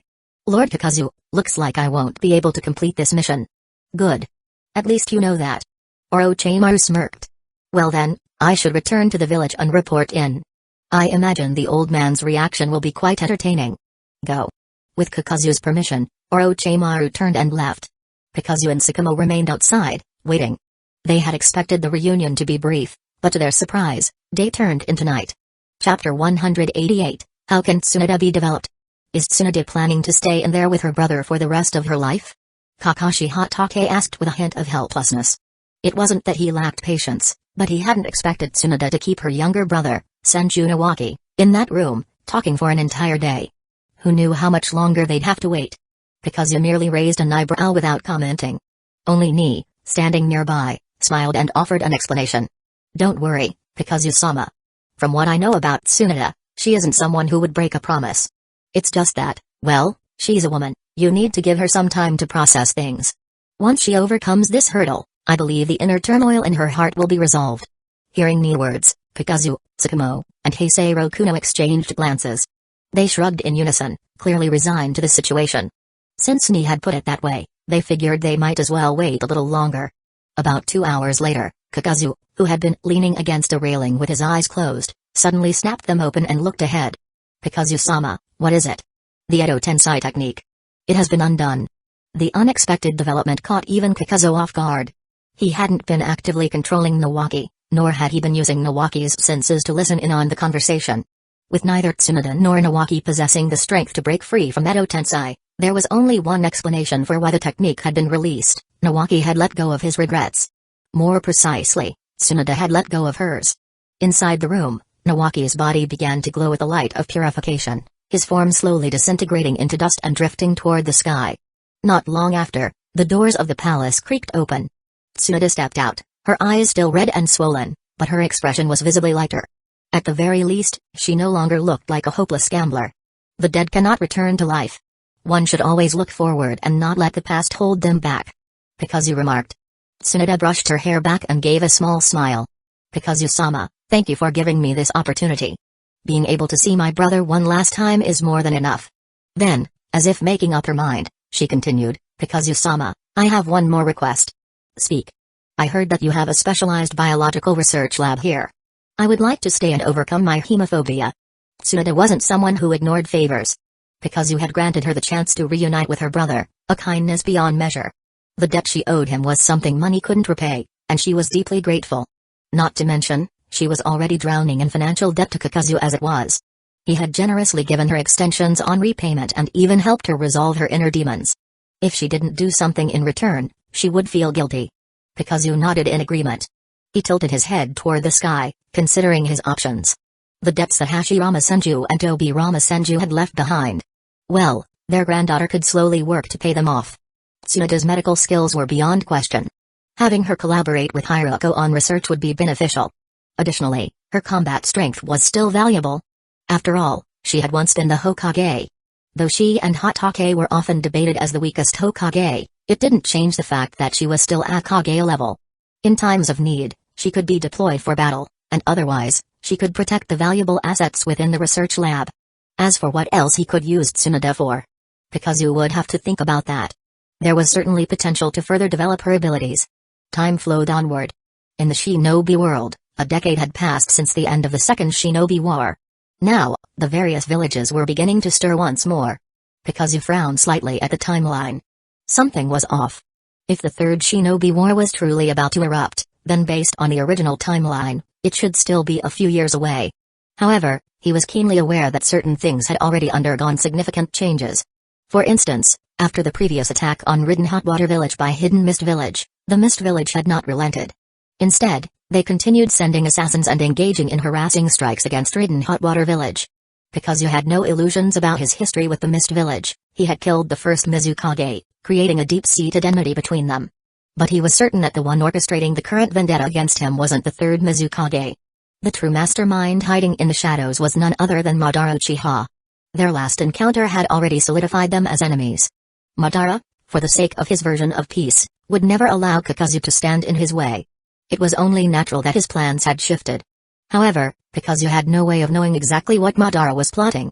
Even Black Zetsu hadn't shown himself in quite some time, which only further confirmed Kakazu's suspicions. A conspiracy against him was already in motion. The advantage Kakazu once held in knowing the original storyline was slipping away. Now, he had to be more vigilant than ever. If Hidden Mist Village wanted to play games, then Kakazu would play along. For every assassin they sent, he would kill them. Let's see how many more troops they could afford to throw away. Just as he steeled himself for a prolonged confrontation, another issue arose. Report. Kakazu-sama, we have intelligence from the front lines. Hidden Sand Village has mobilized at least 5,000 shinobi, and they are advancing rapidly toward the border. The report came from Heisei Kuno, who had just returned. At the same time, an official letter from Hidden Sand Village arrived in Kakazu's hands. Opening the official document, Kakazu's eyes scanned the contents written inside. Kakazu Dano, according to rumors, the third Kazekage, Saburo, was last seen meeting with you.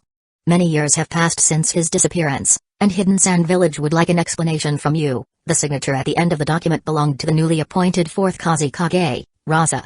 From the tone of the letter, Kakazu didn't get the impression that Raza was truly seeking trouble over the third Kazekage's disappearance. If anything, he might even be secretly grateful to Kakazu.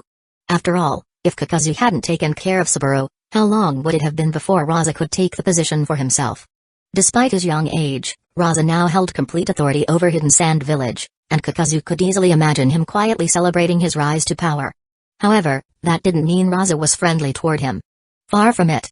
The reason was simple. Even if Raza didn't care about the fate of the third Kazekage, he couldn't just forget the way Kakazu had slaughtered Hidden Sand Village's forces during the Second Shinobi World War. That was something Raza still held a grudge over. Most likely, this was about revenge. It was no coincidence that Raza was taking action at the same time as Hidden Mist Village. Someone must have been feeding him information from the shadows. Meanwhile, the large-scale movement of Hidden Sand Village's forces had put both the Land of Earth and the Land of Fire on high alert. With an army massing near their borders, they couldn't afford to sit idly by. Tens of thousands of troops were now gathering at the borders. Whether or not they intended to launch an attack, they at least had to secure their own defenses against potential enemy incursions. With so many forces mobilizing and countless shinobi assembling, the atmosphere was thick with tension, like the calm before a raging storm.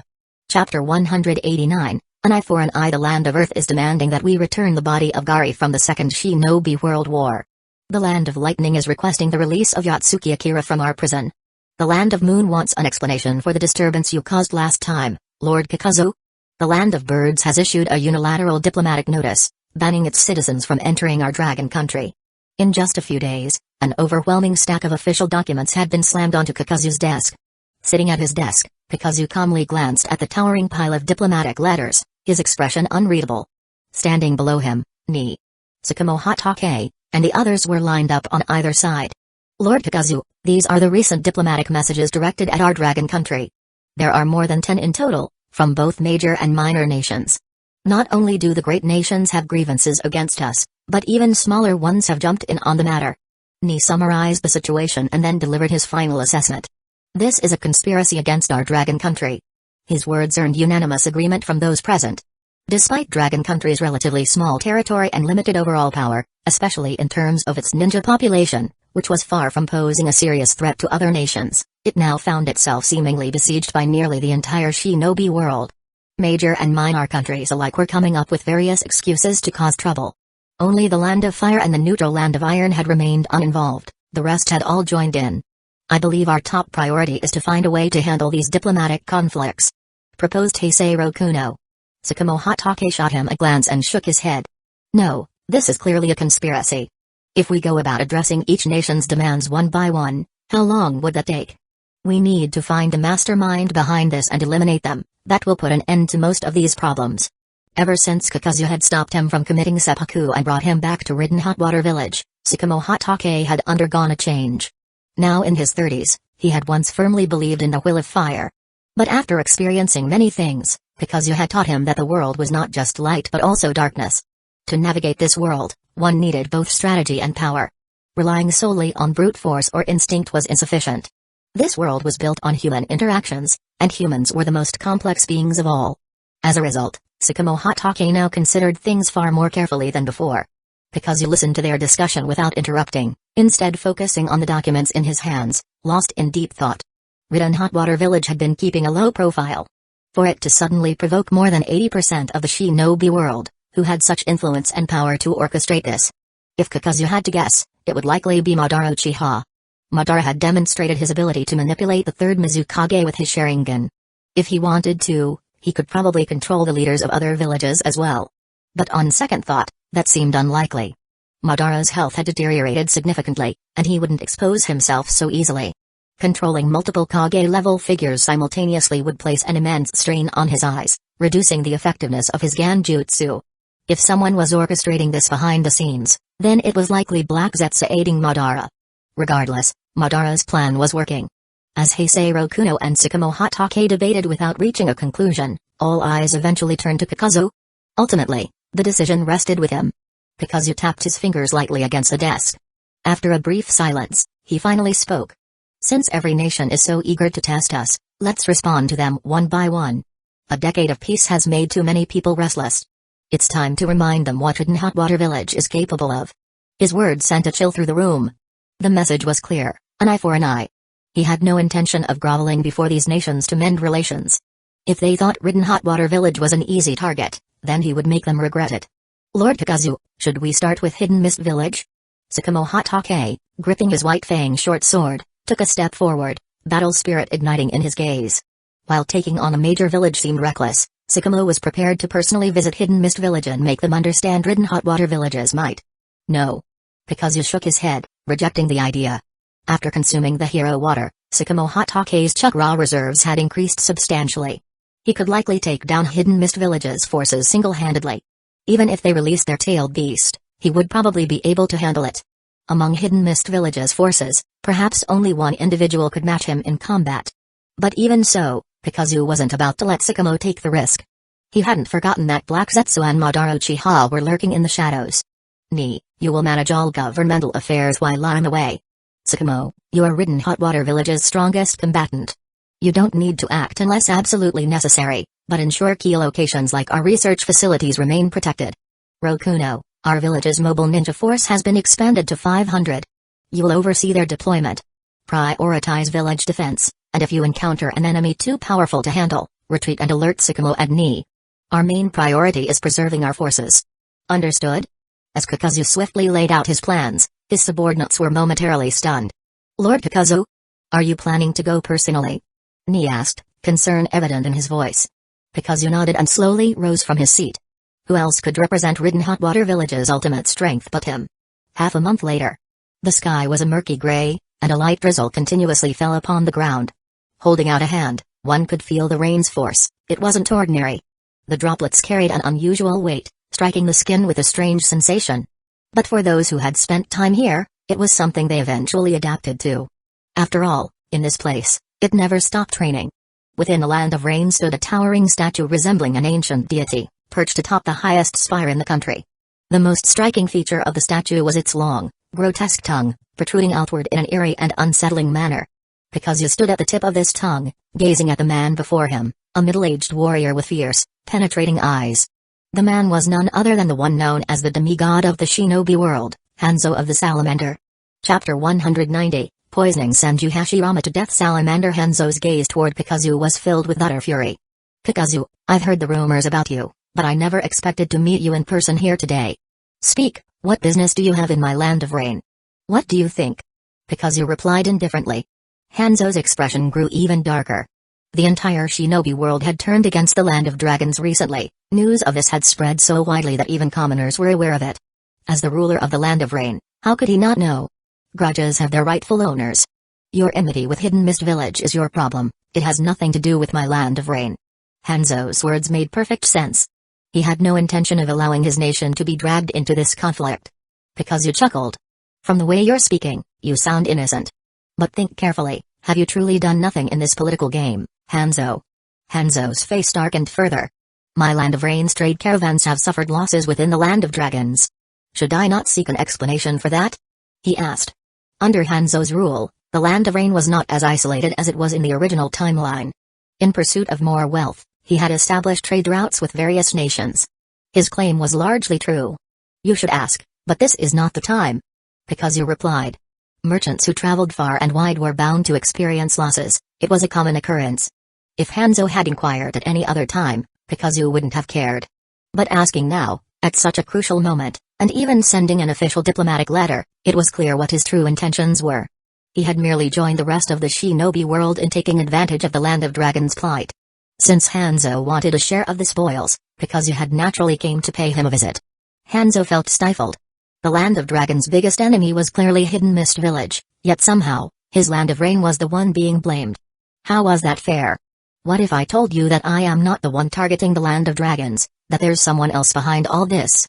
Kakuzu merely chuckled. There was no doubt that someone was pulling the strings behind the scenes. But if Hanzo had been foolish enough to go along with it and add fuel to the fire, he was still responsible. If the mastermind behind all this asked you to give up your position as leader of the Land of Rain, would you comply? Hanzo's expression turned ice cold. Salamander Hanzo was a man who valued talent, possessed a strong personality, and was committed to protecting his village. But there was one thing he would never tolerate, a threat to his power. Since you insist on being stubborn, I won't waste my breath. You dared to trespass into my Land of Rain, now be prepared to face punishment. Do you really think you'll survive once my mobile ninja units arrive? Despite being a small nation, the Land of Rain was not weak. It had long survived between the great powers of the Land of Fire, Land of Wind, and Land of Earth. Based on its military strength, its mobile forces numbered at least 2,000 shinobi. For most people, that was an overwhelming force. But to Kakuzu? It was nothing. He raised a single finger and pointed at Hanzo. Before they arrive, can you survive? Such arrogance. Perhaps the passage of time has made you forget the Second Great Shinobi War. Hanzo declared, forming hand seals. Summoning jutsu. A burst of white smoke erupted, revealing a massive salamander. Its upper body was deep purple, while its lower half was pure white. Its head was covered in countless warty bumps, each containing a lethal toxin. Every breath it exhaled was laced with a deadly mist. Hanzo quickly performed another seal, body flicker jutsu. This was a basic technique, but its effectiveness varied depending on the user. Take Shishui of the body flicker, for instance, his mastery of the jutsu was unmatched, earning him his moniker. Similarly, Hanzo's usage of the body flicker jutsu was formidable. He didn't just teleport himself, his salamander moved with him. In an instant, they appeared behind Kakuzu. Die. With a single command, the salamander lashed out, its massive tail crashing down. A deafening explosion echoed through the iron tower. Dust and debris filled the air, and the spot where Kakuzu had stood was now a pile of rubble. Hanzo, standing atop his summon, raised his head and scanned the area. It was a shame he had missed, but he wasn't surprised. If taking down Kakuzu were that easy, it would have been unexpected. He lifted a finger and pointed at Kakuzu. You're already dead.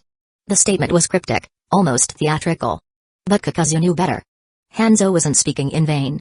His sharp gaze swept around him, noticing that the dust clouds from the impact had been mixed with a subtle, almost imperceptible toxin. Merely breathing it in would be fatal. Impressive. Back in the day, even those three brats from Hidden Leaf Village feared your poison and avoided fighting you up close, didn't they? Kakuzu was, of course, referring to the Sannin. Hanzo's entire body was laced with poison.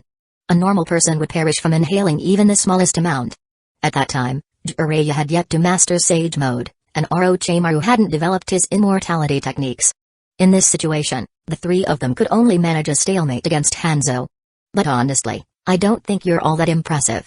Hearing Kakuzu's slightly contemptuous remark, Hanzo's brows furrowed slightly. It wasn't that he was angered by Kakuzu's words, rather, he was wondering why the man hadn't shown any signs of pain yet. Kakuzu seemed to read Hanzo's thoughts and responded with a calm smile. What are you waiting for? Waiting for the poison to take effect? Hanzo's expression shifted momentarily but quickly returned to normal. Kakuzu, I know you're strong. Your mastery of steel style is practically unparalleled, almost no one can break through your defenses. But no matter how tough your exterior is, your internal organs can't be trained. You've already inhaled my poison. It's only a matter of time before it spreads through your body. And yet, you're still smiling? Hanzo's poison was designed to erode internal organs. As for its potency, it was at least on par with what Hidden Sand Village had developed. It's fine. I'll admit your poison is quite potent. Removing it won't be easy. But I wasn't laughing at you just now, I just remembered something amusing. What? Hanzo's frown deepened. To be precise, it's more of a joke. Because you said. A joke called, poisoning Senju Hashirama to death. The moment he finished speaking, Kakuzu raised one hand and formed a seal. Countless branches burst forth from within the steel tower, instantly wrapping around the salamander beneath Hanzo's feet, binding it tightly. Chapter 191, Yahiko, Nagato, Conan. When wood style appears in battle, is it all over? The answer is a definite yes. Bound by the entangling force of wood style, neither Hanzo nor the giant salamander beneath him could move. The chakra within their bodies was rapidly drained away by the relentless absorption of the jutsu. Hanzo's face contorted in pain, his body racked with agony. As he struggled violently, his gas mask was knocked off, falling to the ground. Poisonous purple gas began seeping from the wound on his abdomen, punctured by the wood style. You! This bastard! Hanzo's pupils dilated as he stared at Kakuzu. From a young age, Hanzo had a poisonous gland implanted in his body from a giant salamander, making his every breath toxic. Ordinary people couldn't even get close to him, which was why he always wore a gas mask and breathed through his mouth. But now, with his poison gland ruptured, even Hanzo himself could barely withstand the deadly toxins spreading through his body. Kneeling on one knee atop the salamander's head, Hanzo's eyes gradually closed. The once mighty leader of the Land of Rain had finally fallen.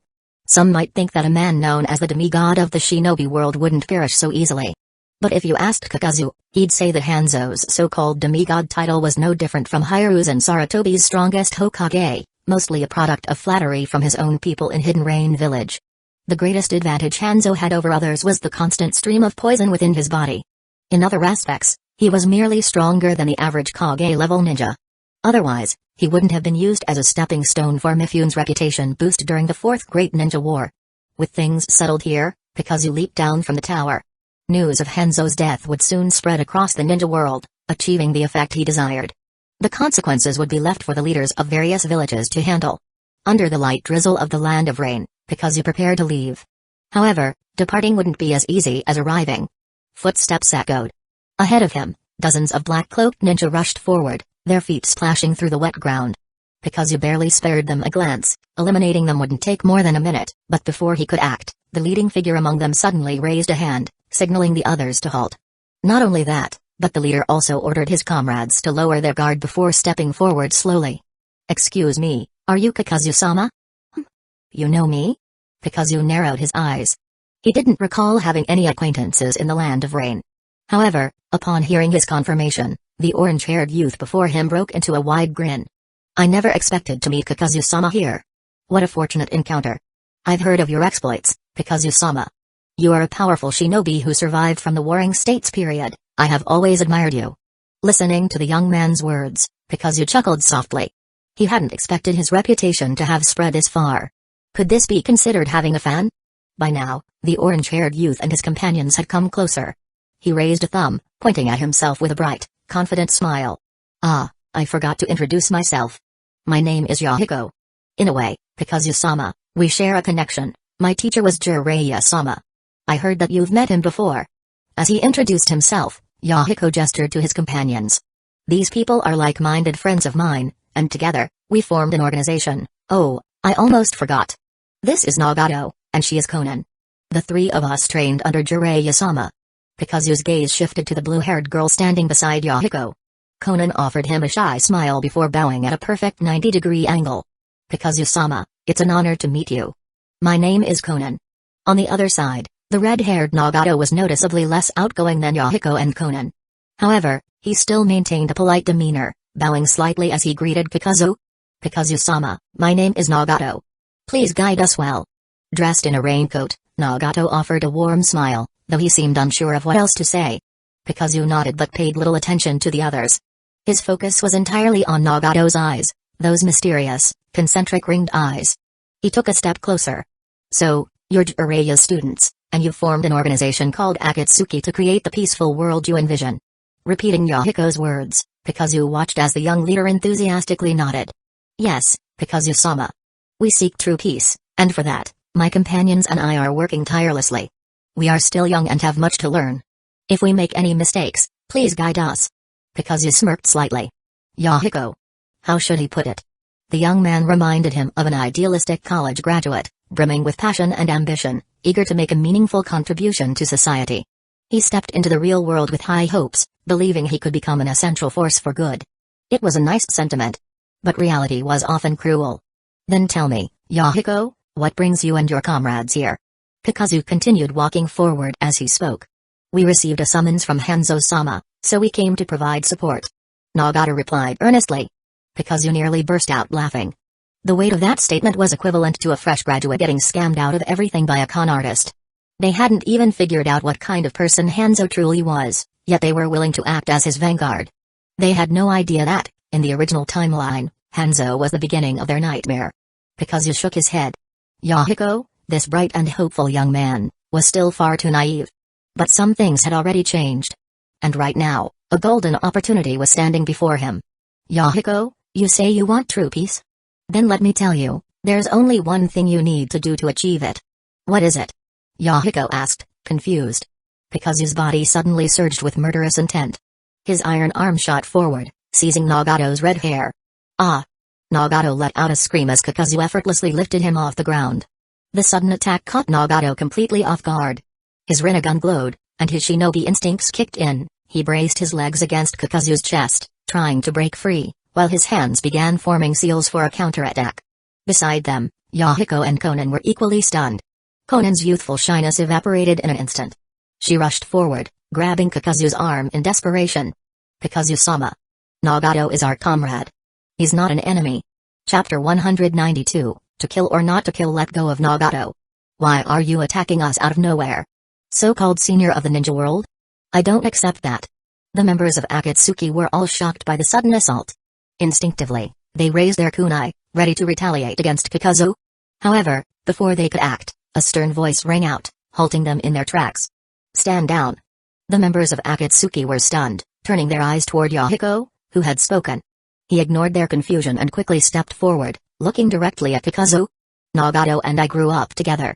We were both students of Jiraiya-sensei. He is not a bad person. I believe this is all a misunderstanding. Please, let him go. Oh? Kakuzu cast a sidelong glance at Yahiko. This young man was still inexperienced in the ways of the world, but Kakuzu had to admit he possessed a natural charisma. He was bright, optimistic, and articulate, maintaining his composure even in a crisis. Such qualities were commendable. Slightly withdrawing his killing intent, Kakuzu observed Nagato. Despite having the opportunity to complete a hand seal in under a second, Nagato had hesitated at the final moment, ceasing his jutsu. Nagato's eyes, filled with pain and unwillingness, stared at Kakuzu, as if he could not understand what he had done wrong. Given all these factors, Kakuzu decided it was worth exchanging a few words with these young upstarts. He loosened his grip slightly, allowing Nagato's feet to touch the ground, easing his suffering somewhat. Then, he met Nagato's gaze head-on. Everything.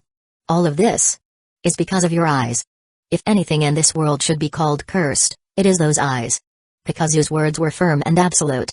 He knew well that those eyes belonged to Madara Uchiha. Without them, the aged Madara would never have had a chance to return to the ninja world. His time would have long since ended. Even if he were to be revived through Edo Tensei, Kakuzu wouldn't be overly concerned. But to Yahiko and Konan, his words were utterly shocking. After a long silence, Konan suddenly raised her voice in protest. No. Jiraiya-sensei once told us that these are the sage's eyes. Only the legendary sage of six paths possessed them. Ancient texts and legends across the ninja world all record this. Konan's voice was loud and determined. She had finally found a way to defend Nagato. However, Kakuzu merely shook his head and shifted his gaze back to Nagato. If these are truly the sage's eyes, then why do they reside in your body? Do you think the world simply hands out such gifts for free? Nagato's Rinnegan flickered. He was a member of the Uzumaki clan, a people known for their immense chakra reserves. As a child, he had once questioned his parents about his unusual eyes. They had told him that when he was born, his eyes had been normal. But one night, when he was 3 years old, after his chakra had matured, his eyes had inexplicably transformed into the Rinnegan. A sudden realization struck him. As Conan was about to argue further, Nagato raised his hand, stopping her. He focused his attention on Kakuzu. Lord Kakuzu, when we lived with Jiraiya-sensei, he often spoke of you. We've also heard many stories about you from the ninja world. I choose to believe that you are not someone who kills the innocent without reason. But will my death truly bring peace to the ninja world? Nagato.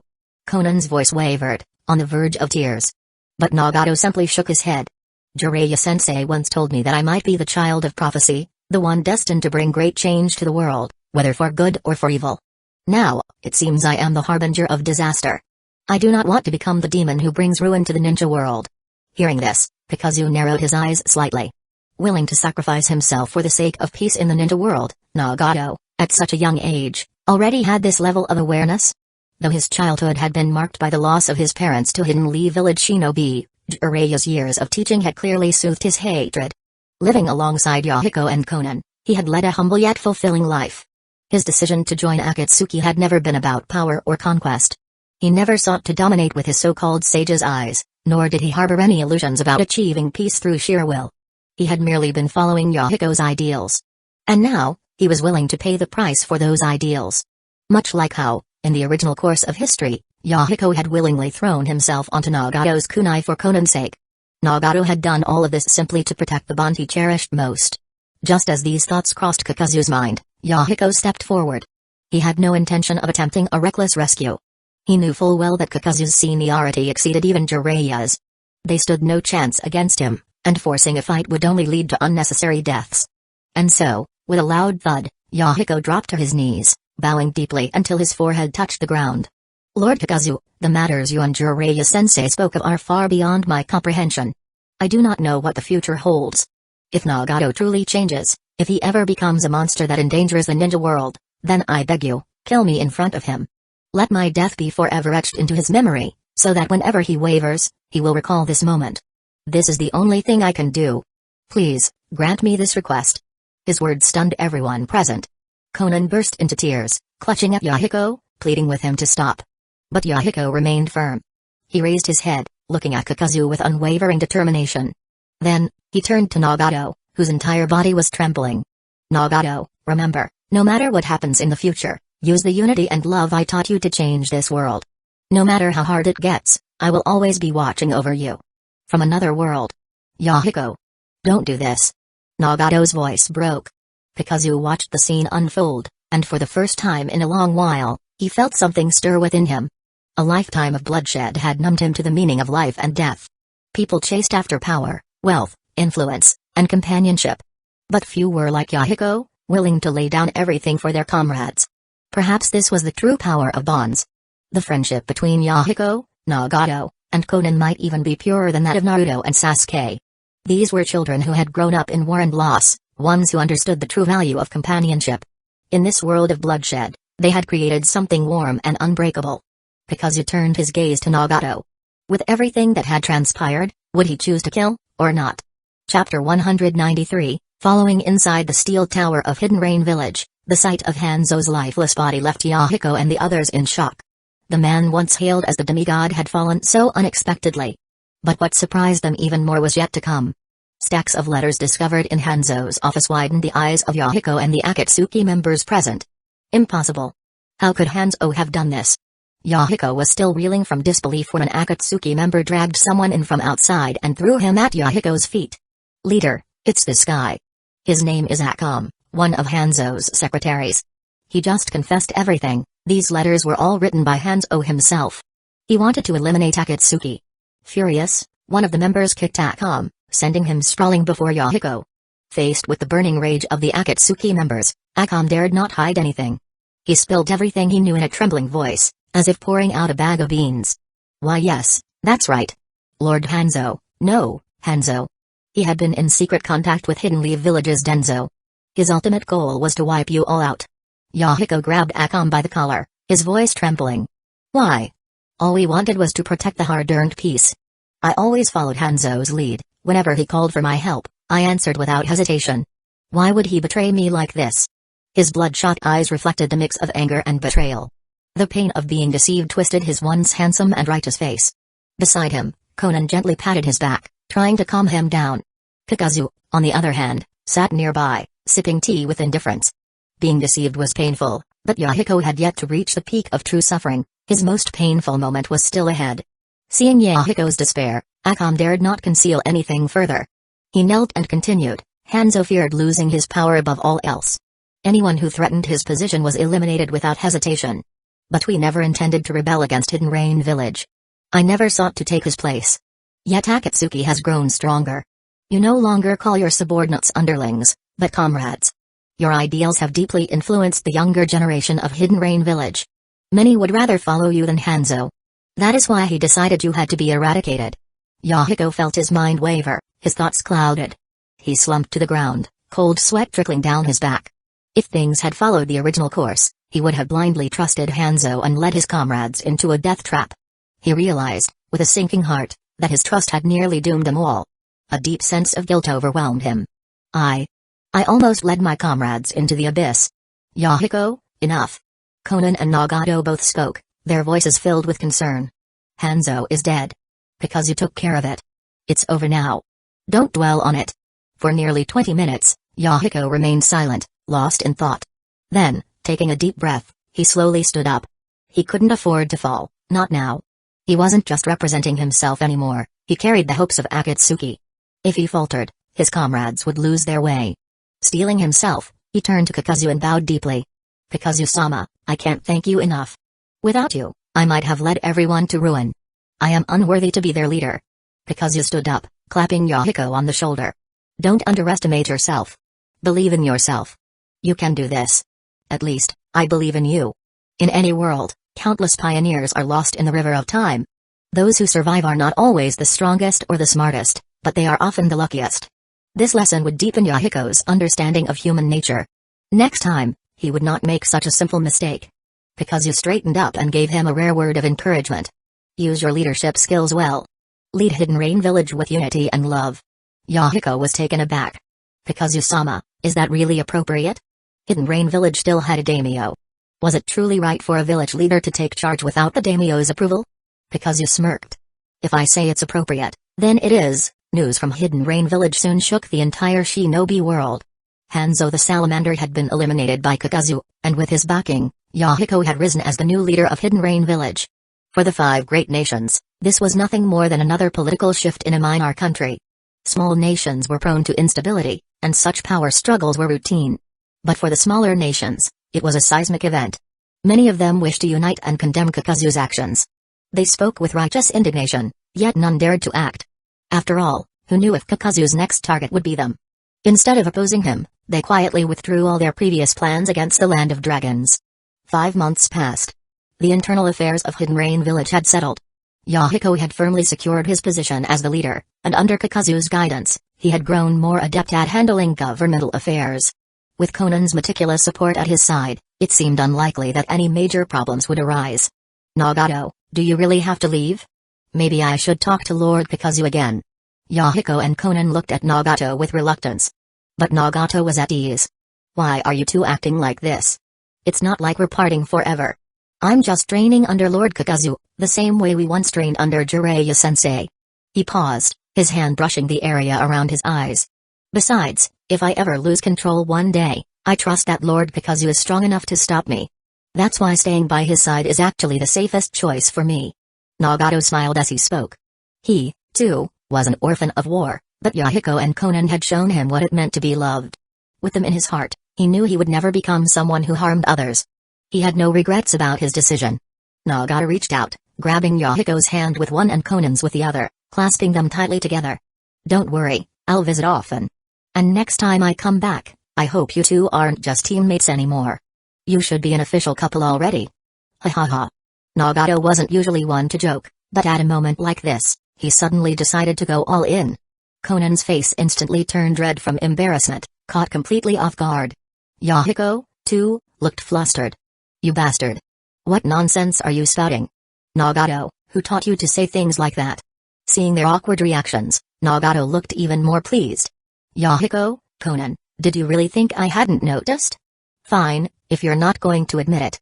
Yahiko, why don't you let go of Konan's hand already? You've been holding it for way too long. Yahiko's face turned completely red. Damn it, Nagato, You're asking for it today, don't run.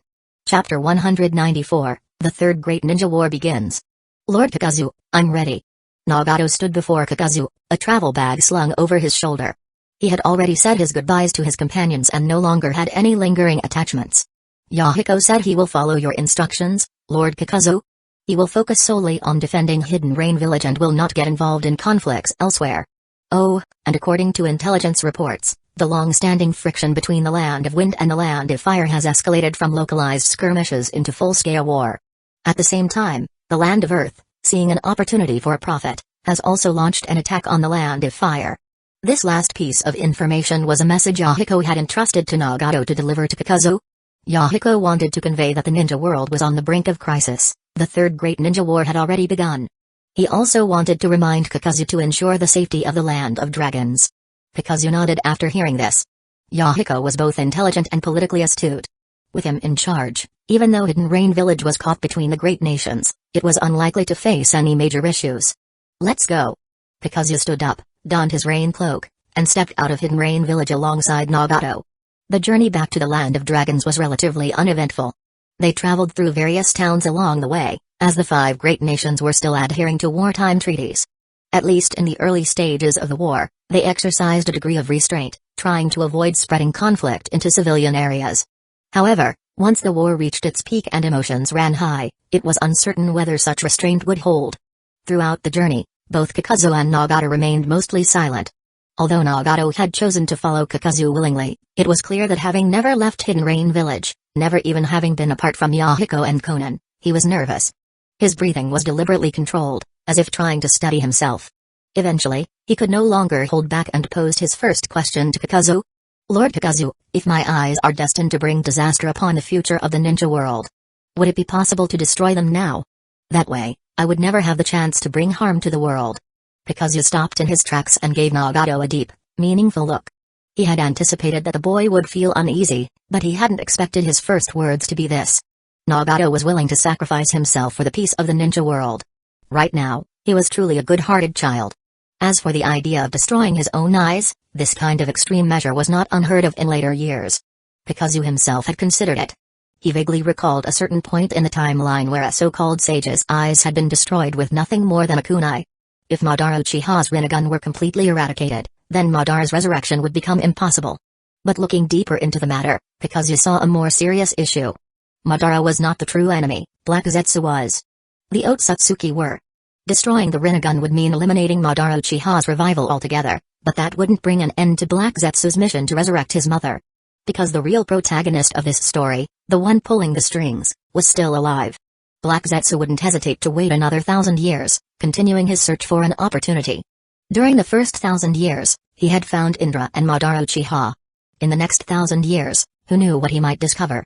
That said, in the present situation, Kakuzu held the upper hand. Both he and Black Zetsu were essentially immortal, and over such a long span of time, he could keep Black Zetsu suppressed. If things continued as they were for centuries, who could say what might happen in the future? Kakuzu was in the open, while Black Zetsu lurked in the shadows. Even if he turned the entire ninja world upside down, there was no guarantee he could ever truly find and eliminate Black Zetsu. Instead of chasing the unknown, it was better to settle things once and for all. Even a lion gives its full strength when hunting a rabbit. As long as the Rinnegan existed, Black Zetsu would never abandon this plan. Madara, Nagato is under my guidance now. I wonder how you'll attempt to resurrect him?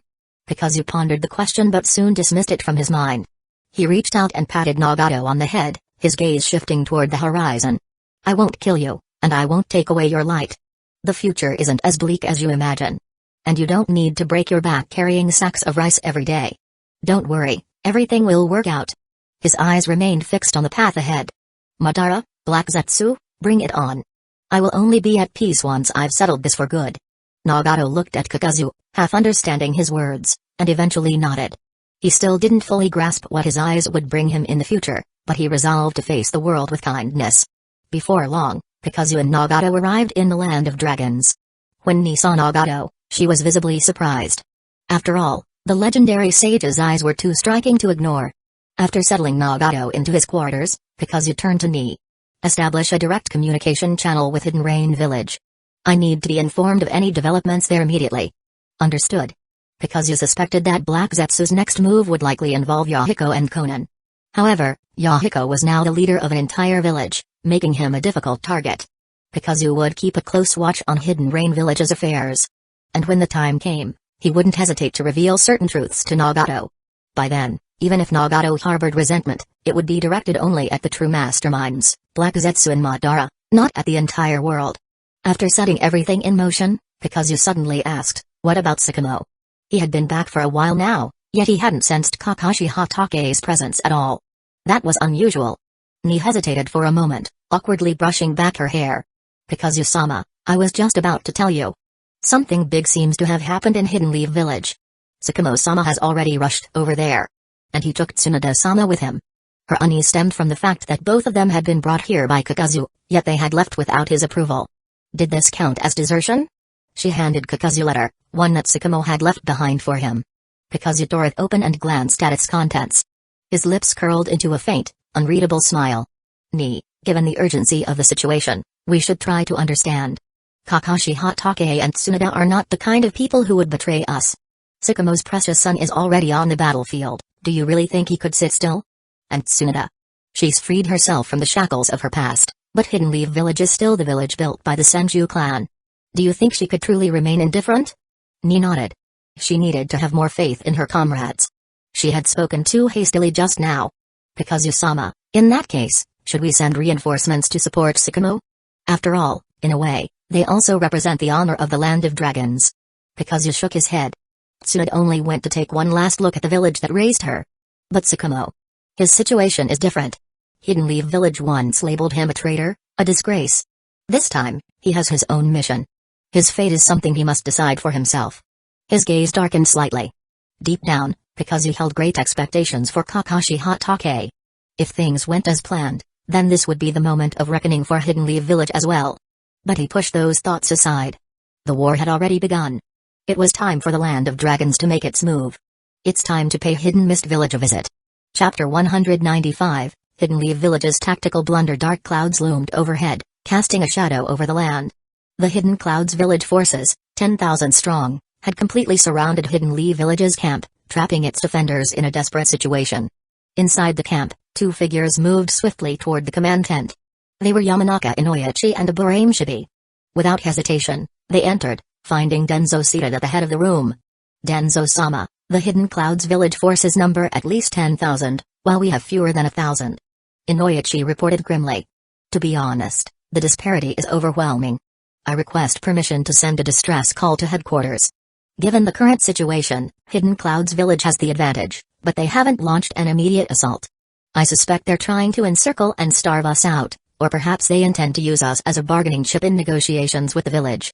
Danzo waved a hand dismissively. "I understand. You two may leave." As they exited the tent, Inoyachi and Shibi exchanged weary glances, sighing in resignation. There's no denying it. Hidden Leaf Village's deployment this time was a serious mistake. Indeed. Their forces outnumber ours nearly 10 to 1. A direct confrontation would be suicidal. I even noticed Danzo-sama's hands trembling just now. Perhaps he is afraid too. The two men sighed again and walked away. If Danzo had overheard their conversation, he would have flayed them alive. Fear? Him? The very thought was laughable. Danzo had fought across the shinobi world for decades. Who had he ever feared? As for his hand trembling just now, that was because, sitting in his chair, Danzo tilted his head back and suppressed the glee bubbling inside him. "Hey! Ha ha ha ha! Hiruzen, you've miscalculated after all.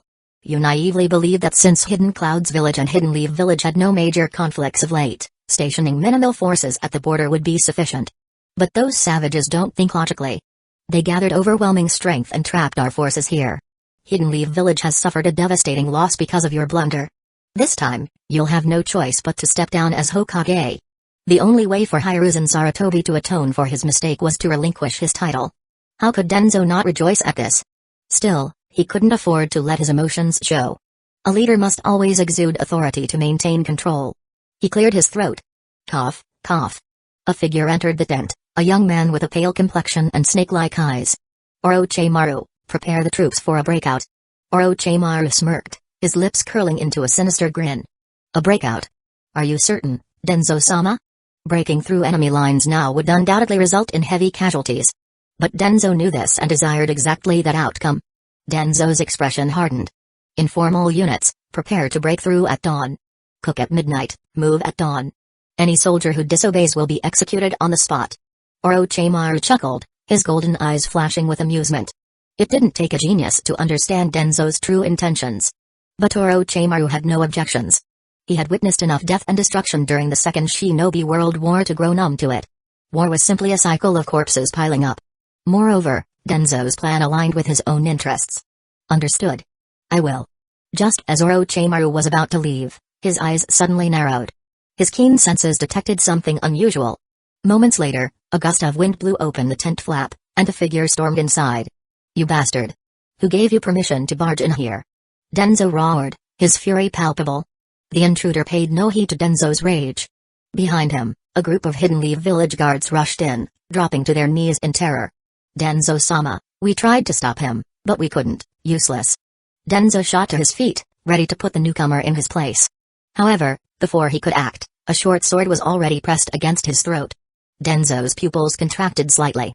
What was going on? How dare someone threaten him with a blade inside Hidden Leaf Village's camp? Was this insubordination? Orochimaru's voice broke the silence. Sakamo, I don't know why you've returned, but have you forgotten the iron rules of a shinobi? Sakamo Hatake didn't lower his blade. His steely gaze flicked toward Orochimaru. Orochimaru, if you have nothing useful to say, then shut up. I didn't come here to negotiate with you. Orochimaru hesitated, his expression turning awkward. At this moment, he had no choice but to swallow his pride. After all, in the grand scheme of things, Sakamo Hatake stood above even the Sannin. Ignoring Orochimaru, Sakamo turned his sharp gaze back to Danzō.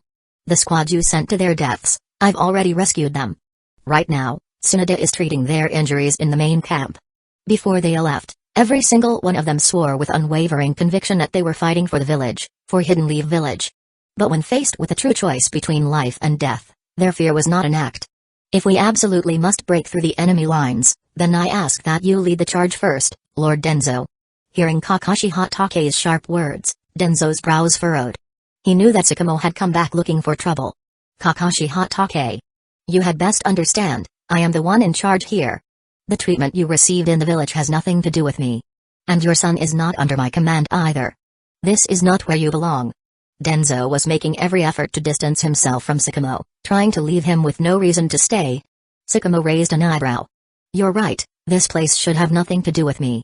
But Kakashi has already been dragged into this conflict, hasn't he? Slowly, Sakamo lowered the short blade in his hand. Killing Danzō here would serve no real purpose. But since he had come today, he was determined to reclaim something. With a calm motion, he sheathed his blade on his back and turned to leave the command tent. The moment he stepped outside, he found himself surrounded. However, the assembled shinobi were not gripping their weapons, poised for attack. Instead, many of them looked at him with expressions filled with something else entirely, something unspoken. One man, his left arm wrapped in bandages and his right leaning on a crutch, hobbled towards Sakamo. Tears welled in his eyes as he looked up at him. Sakamo. Thank you. Chapter 196, Carrying Rice in Hidden Mist Village. This very ninja, who once condemned Kakashi Hatake for prioritizing his comrades over the mission, now found himself facing a life-or-death situation. His limbs had been severed by Hidden Cloud's village as shinobi, and true death loomed before him. Yet, it was Kakashi Hatake who saved him.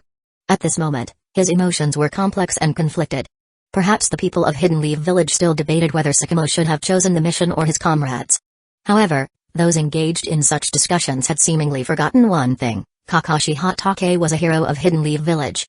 The merits he had earned for the village were beyond the judgment of those who merely enjoyed the peace he fought for. Yet, Sakamo himself said nothing. He simply nodded and walked out of the crowd. The full-scale war between the Land of Wind and the Land of Fire had begun. Sensing an opportunity, the Land of Earth also launched an invasion from the northwest. However, they did not deploy their full forces. From Inoki's perspective, it was a calculated move. He sought maximum benefit but was unwilling to commit too much without a clear picture of the battlefield. On the other hand, Hidden Cloud's village was going all in. They had redeployed a large number of their border defense shinobi, intent on delivering a decisive blow to Hidden Leaf Village. As for Hidden Mist Village, their stance against Hidden Leaf Village was quite hostile as well. However, given their internal struggles, they could do little more than send assassination squads to harass Hidden Leaf Village from the shadows. Mist swirled over the landscape, Mountains stretched endlessly, and the water beneath rippled with ceaseless disturbances. Ugh. Ugh. Damn it. How is he this strong? The gap in power is overwhelming. The bodies of numerous hidden mist village shinobi littered the ground, their groans of pain echoing across the water. Nagato, walking atop the water, stepped onto a stone pillar at the shore. Kakuzu-sama, as per your request, the task is complete. Kakuzu's cold, calculating gaze swept over the defeated hidden mist village shinobi. So this is your so-called belief? 50 elite shinobi, essentially an assassination squad, were now incapacitated. Yet, despite possessing the Rinnegan, Nagato had deliberately chosen to spare them all, injuring rather than killing. Nagato nodded. In truth, killing someone was far easier than rendering them severely injured while ensuring their survival. However, he was willing to go to great lengths to uphold his principles, to always retain a sense of compassion in his heart. He would follow the ideals Hueco had taught him, striving for true peace in this world. Very well. In that case, let's go. Kakuzu said, leaping from the pillar and motioning for Nagato to follow. Together, they disappeared into the dense forest, vanishing within the lingering mist. Kakuzu-senpai, there's something I don't understand. Speak. Hidden Mist Village isn't part of the Land of Dragons territory, so why did you insist on coming here? Nagato voiced his doubts. It was also a reason why he had refrained from slaughtering the Hidden Mist Village shinobi outright. Kakuzu halted and glanced at Nagato before responding, if you were me, think carefully, what reason would I have to invade Hidden Mist Village? Nagato pondered over the question for a moment. Hidden Mist Village repeatedly sent assassination squads to harass the Land of Dragons. Kakuzu-sama, your actions were for the sake of the village. Kakuzu stopped walking again. You're correct. That is one reason. Nagato frowned slightly. Kakuzu-sama, forgive me for my ignorance, but could you explain further? Rather than showing impatience, Kakuzu raised a single finger. The phrase for the village is something not just you, but all 5 great shinobi villages frequently tell their ninja. On the surface, it seems like a just cause, after all, it means protecting one's home. But if we trace this back to the Warring States period, this phrase simply meant for the clan. Whether for the clan or the village, countless people have shed blood and fought to the death because of these words, fueling a cycle of hatred passed down through generations. Do you understand what I mean? Hidden Leaf Village shinobi fight for Hidden Leaf Village. Hidden Mist Village shinobi fight for Hidden Mist Village. Every village upholds the same ideology, perpetuating the cycle. As the logic sank in, Nagato suddenly grasped the bigger picture. Most shinobi took pride in fighting for their village, never realizing that this was the very root of war itself. Nagato furrowed his brows, stroking his chin as he contemplated. If that's the case, then mutual understanding between people is nearly impossible. War only leads to bloodshed and suffering, which, in turn, breeds greater pain. If people could experience that pain beforehand, would they change? Only through pain can people reflect, only pain can make them consider their choices before they act. Only pain. Stop. Stop. Stop right there. Before Nagato could finish, Kakuzu raised a hand to interrupt. If he allowed Nagato to continue, the next thing he'd say would probably be something about how much rice one person could carry up a flight of stairs. Instead, Kakuzu decided to give Nagato the direct answer. This very question had already been debated long ago, in his discussions with Tobi Ramasenju. The shinobi world had been in turmoil for so long, hatred fueling hatred, vengeance breeding vengeance. Expecting people to suddenly abandon their grudges was an impossible dream. To resolve personal grudges and reunite the shinobi world, a catalyst was needed. And that catalyst would be a powerful external enemy. In the original timeline, that catalyst was set to arrive in less than 20 years. Unfortunately, that fool Naruto ended up squandering the opportunity. Just like the god of shinobi, while he was alive, peace held firm, but the moment he died, the shinobi world plunged into chaos. Perhaps that Sharingan-wielding second brat truly saw through everything. But, hey! Kakuzu-sama, what are you talking about? Who's the second brat? It's nothing. For now, you can continue contemplating your grand vision of peace. Or perhaps take this time to further develop your Rinnegan's abilities. After all, you have yet to reach your true limits. Kakuzu was deeply curious about Nagato's potential. The pain that carried the Akatsuki's banner was far from representing Nagato's full power. If there was any scene that truly showcased Nagato's combat prowess, it was when the so-called old, weak, and crippled duo made their move. Though they had limitless chakra, they were still bound by their Edo Tensei bodies. And back then, Nagato had the misfortune of running into Kishimoto's golden boy, forcing him off the stage prematurely. His true peak had never been fully displayed in the original timeline. In this life, Kakuzu was eager to see just how far Nagato could grow. The two continued their rampage through Hidden Mist Village. Sticking to his ideals, Nagato refused to take a single life. Kakuzu did not interfere. After all, his goal was merely to shatter Hidden Mist Village's morale. At first, the shinobi of Hidden Mist Village were confused, but as they realized that Kakuzu and Nagato never actually killed anyone, their understanding shifted. This wasn't mercy. Kakuzu was mocking them, humiliating them, treating them as if they were beneath him. The realization filled the shinobi of Hidden Mist Village with rage. Someone had to step up and put an end to this disgrace. Chapter 197, The Honest Man Appears. Kakuzu, you are not of Hidden Mist Village, yet you act with impunity here, slaughtering as you please. We are outraged beyond measure. I challenge you to a hunt at Crescent Lake, where we shall stake the honor of our village in battle, Biwajazo. Holding the challenge letter in his hand, Kakuzu found it rather amusing. He and Nagato had been here for months now, never once pausing in their campaign of destruction. The Mizukage, Mufu, likely understood that Kakuzu had come for him, which was why he had yet to show himself. Or perhaps the one controlling him from the shadows had forbidden it. Either way, once this battle concluded, the reign of the third Mizukage would likely be over. While the true powers remained in hiding, their subordinates were eager for action. Biwajazo, a bold young man. Kakuzu accepted the challenge. A few days later, he arrived at Crescent Lake with Nagato in tow. The lake was vast, shrouded in thick mist. The sheer volume of water and natural fog made it an ideal battleground for Hidden Mist Village's shinobi. Jazo had chosen his ground wisely. An hour passed. Then another. Kakuzu furrowed his brows. Is this some kind of joke? Was this upstart treating the challenge like a child's game? Annoyed, Kakuzu considered razing Hidden Mist Village to the ground. Nagato could only offer an awkward smile. Kakuzu-sama, perhaps we should move forward. There may have been a delay, after all, Hidden Mist Village is also at war with Hidden Leaf Village right now. Kakuzu said nothing, merely stepping forward. He and Nagato walked across the water of Crescent Lake, reaching the opposite shore. They continued into the nearby forest when Nagato suddenly tensed. I smell blood. His Rinnegan scanned the surroundings, searching for hidden enemies. Kakuzu merely crossed his arms, observing in silence. For months now, Nagato had been the one to fight, reducing Hidden Mist Village's forces to a pitiful state.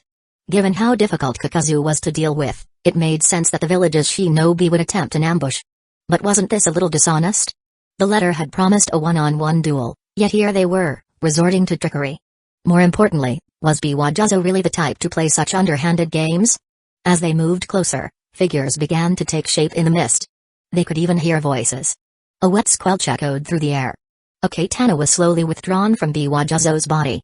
The executioner standing before him had a shark-like face, gills along his cheeks, and an eerie presence. Hoshigaki Kisame. Why? Why betray the village? Jazo asked, his life ebbing away. He had his grievances with Hidden Mist Village. He had even considered defecting. But he hadn't acted on it. He was still one of the 7 ninja swordsmen of the mist. Yet here was Kisame, striking him down and claiming the executioner's blade as his own. Hey hey hey. Kisame let out his signature chuckle. To play both protector and executioner, to shift between roles endlessly, this world of shinobi is nothing but hypocrisy. This is my farewell to the village. Now, rest in peace. With another thrust, the katana sank into Jazo's chest. He coughed up blood, letting out a final scream before falling silent forever. Kisame swung the executioner's blade in a slow arc, testing its weight. Not bad. Yet despite his words, a flicker of hesitation crossed his face. The blade was strong, but something about it felt off. The executioner's blade won't give you what you truly seek. Let it go. A voice rang out. Kisame didn't flinch. He had protected comrades with his own hands. He had killed them with his own hands. He had watched as a kunoichi, one who had held a special regard for him, smiled as she died by his blade, saying she didn't blame him. Who could know the turmoil in his heart? His already fractured soul had long since twisted, giving him his own unique perspective on the shinobi world. I never expected to meet the infamous Kakuzu on the eve of my defection. Are you here to kill me or stop me? Hey hey hey. Kisame's laughter remained unchanged. Whether out of apathy or supreme confidence in his own strength, it was difficult to tell.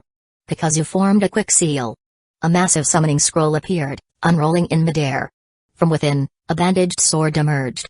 Sensing a familiar chakra, Seimata stirred. Its mouth opened slightly, and its spiked body twitched as if trying to break free from its bindings. Kakuzu flung the blade through the air. Kisame caught it effortlessly. Feeling the immediate resonance between himself and Seimata, Kisame's casual grin faded slightly. Kakuzu was right. This was the weapon meant for him. Who do you want me to kill? Kisame's shark-like teeth glinted as he spoke. Kakuzu chuckled. If there's anyone to kill, it's you. Nagato, have some fun with him. Nagato didn't hesitate. His hands came together, and in a flash, he launched himself at Kisame. Kisame remained unfazed. He had seen countless battles, he knew how to handle himself. Tiger, ox, monkey, rabbit, rat, boar, rooster, ox, horse, dog, tiger, snake, ox, monkey, rabbit. Water style, great waterfall jutsu. A torrential surge erupted, a tidal wave crashing forward with immense force. It roared through the battlefield, threatening to swallow Nagato whole. Nagato was taken aback. He had never encountered someone with such an overwhelming amount of chakra. This is beyond normal shinobi standards. A bead of sweat formed on his brow. Facing such a powerful water style, he couldn't afford hesitation. Earth style, earth flow river. Nagato slammed a hand to the ground. The earth convulsed and churned, a counterforce rising to meet the raging waters. The two jutsu clashed with an earth-shaking explosion, reshaping the very terrain around them. Trees, rivers, and land alike were swallowed in the violent upheaval. As the dust settled, Nagato and Kisame stood atop opposing ridges, staring each other down. Kisame let out another chuckle. Impressive, kid. Looks like I'll have to go all out. Even the legendary Rinnegan didn't seem to shake his confidence. Because he, Hoshigaki Kisame, feared nothing. Chapter 198, Kakuzu vs Kisame. Although earth-style techniques barely managed to counter Kisame's water style, his chakra reserves were simply too vast, perhaps even greater than Jiraiya's. He was a troublesome opponent. Defeating him might require using the power of these eyes. Nagato closed his Rinnegan as battle strategies quickly formed in his mind. However, just then, idiot. Nagato was forced to open his eyes and look behind him. Kakuzu-sama, I sincerely apologize. With my current chakra levels, this is the best I can do with earth style. Nagato said, feeling somewhat ashamed. But his words did nothing to change Kakuzu's stern expression. Kakuzu stepped forward, passing by Nagato without hesitation. Didn't Jiraiya teach you anything? A shinobi's only goal is to eliminate the enemy. Even if you hesitate to kill, at the very least, your objective should be to defeat them. You had a golden opportunity in front of you, and you wasted it on earth style. I'm utterly disappointed. Nagato scratched his red hair in frustration. Kakuzu-sama, then. What should I do? Stand back. I'll show you. As Kakuzu faced Kisame head-on, the latter's expression shifted slightly. How amusing. Kakuzu-sama, your name is legendary across the shinobi world. Perhaps in your eyes, everyone else is just trash. But don't get too cocky, you might end up biting your own tongue.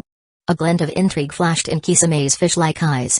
Whether he could defeat Kakuzu never even crossed his mind. Raised in the blood mist, he had been trained from childhood to be nothing more than a tool. No matter how formidable the enemy, fear was never an option. What irritated him was Kakuzu's arrogance, the way he spoke as if victory was already assured. Hey! Whether I bite my tongue or not, you'll find out soon enough. Hearing Kakuzu's calm response, Kisame didn't waste another word. His hands began forming seals at high speed. Facing someone like Kakuzu, he needed to start strong. Water style, water severing wave. Rat, ox, snake, whoosh. Just as Kisame was forming seals, Kakuzu suddenly vanished with a body flicker jutsu, appearing directly in front of him. Kisame's already small pupils widened dramatically. Nani? Body flicker was a basic shinobi technique, almost everyone could use it. But mastering it to this degree was another matter entirely. Kakuzu had been alive for nearly 60 years, longer than most shinobi had been born. Even without focusing on it, his body flicker was still at an elite level. Against him, most people wouldn't even have time to react. Who said you could form seals? Kakuzu's fist lashed out. Instinctively, Kisame abandoned his jutsu, crossing his arms in front of his chest to block the blow. Boom. You blocked my punch. Not bad. Hearing Kakuzu's backhanded compliment, Kisame wasn't pleased. He immediately retreated, fingers flying through another series of seals. Rat, ox, monkey, tiger, Kakuzu was already on him again. A powerful kick flew toward him, forcing Kisame to dodge backward once more. Monkey, boar, rat, the exchange repeated itself over and over. After more than a dozen failed attempts at finishing a jutsu, Kisame's shark-like face twisted in frustration. Kakuzu? He wanted to say something, anything, but he couldn't find the words. Because he had just realized a serious flaw in himself. Back when he was a student in Hidden Mist Village's academy, he once tried shortening battle time by skipping hand seals altogether. His instructor caught him, slapped him so hard he spun 3 times, and scolded him for trying to take shortcuts. Shinobi had to master every step, one at a time. Cutting corners would never make him strong. That slap had left an unforgettable mark on Kisame. Ever since, he had focused on properly forming hand seals. The habit had followed him all the way into adulthood. He had thought that improving his hand seal speed would be enough to prevent interruptions. But he had underestimated Kakuzu. Kakuzu was too fast. Unless Kisame had hand speeds on par with Kakashi, he would never be able to finish a jutsu in front of him. Seeing Kisame's normally pale face darken like a bruised liver, Kakuzu chuckled. He had toyed with him enough. To be fair, Kisame was an exceptional talent. His chakra reserves alone, comparable to a tailed beast's, were beyond the reach of ordinary shinobi. To develop his water style to a level rivaling Senjudo Rama was no small feat either. Dragon's country could use someone like him. Kakuzu pointed to the same Seimata lying on the ground. Pick it up. Treat it like a summon. Try establishing a connection with it. If you truly become a shark in the water, your power might increase by at least 50%. Hearing Kakuzu's words, Kisame hesitated for a moment before reaching for Seimata. But then, he paused and looked at Kakuzu with his beady little eyes. He could tell. Kakuzu hadn't even been fighting seriously. His grip on Seimata tightened, then relaxed. Kakuzu, there's a rumor going around. People say you're the strongest shinobi alive right now. I don't believe it, unless you can block my next attack. Kakuzu didn't respond. He simply gestured for Kisame to proceed. This time, I'll let him finish his seals. Kisame didn't waste time. The moment his hand seals were completed, his cheeks puffed up like a balloon. Water style, great exploding water shockwave. Although it was just a standard water style technique, Kisame's version was in a league of its own. The sheer volume of water could submerge an entire hilltop. More than 10 minutes later, Kakuzu's left hand was drenched.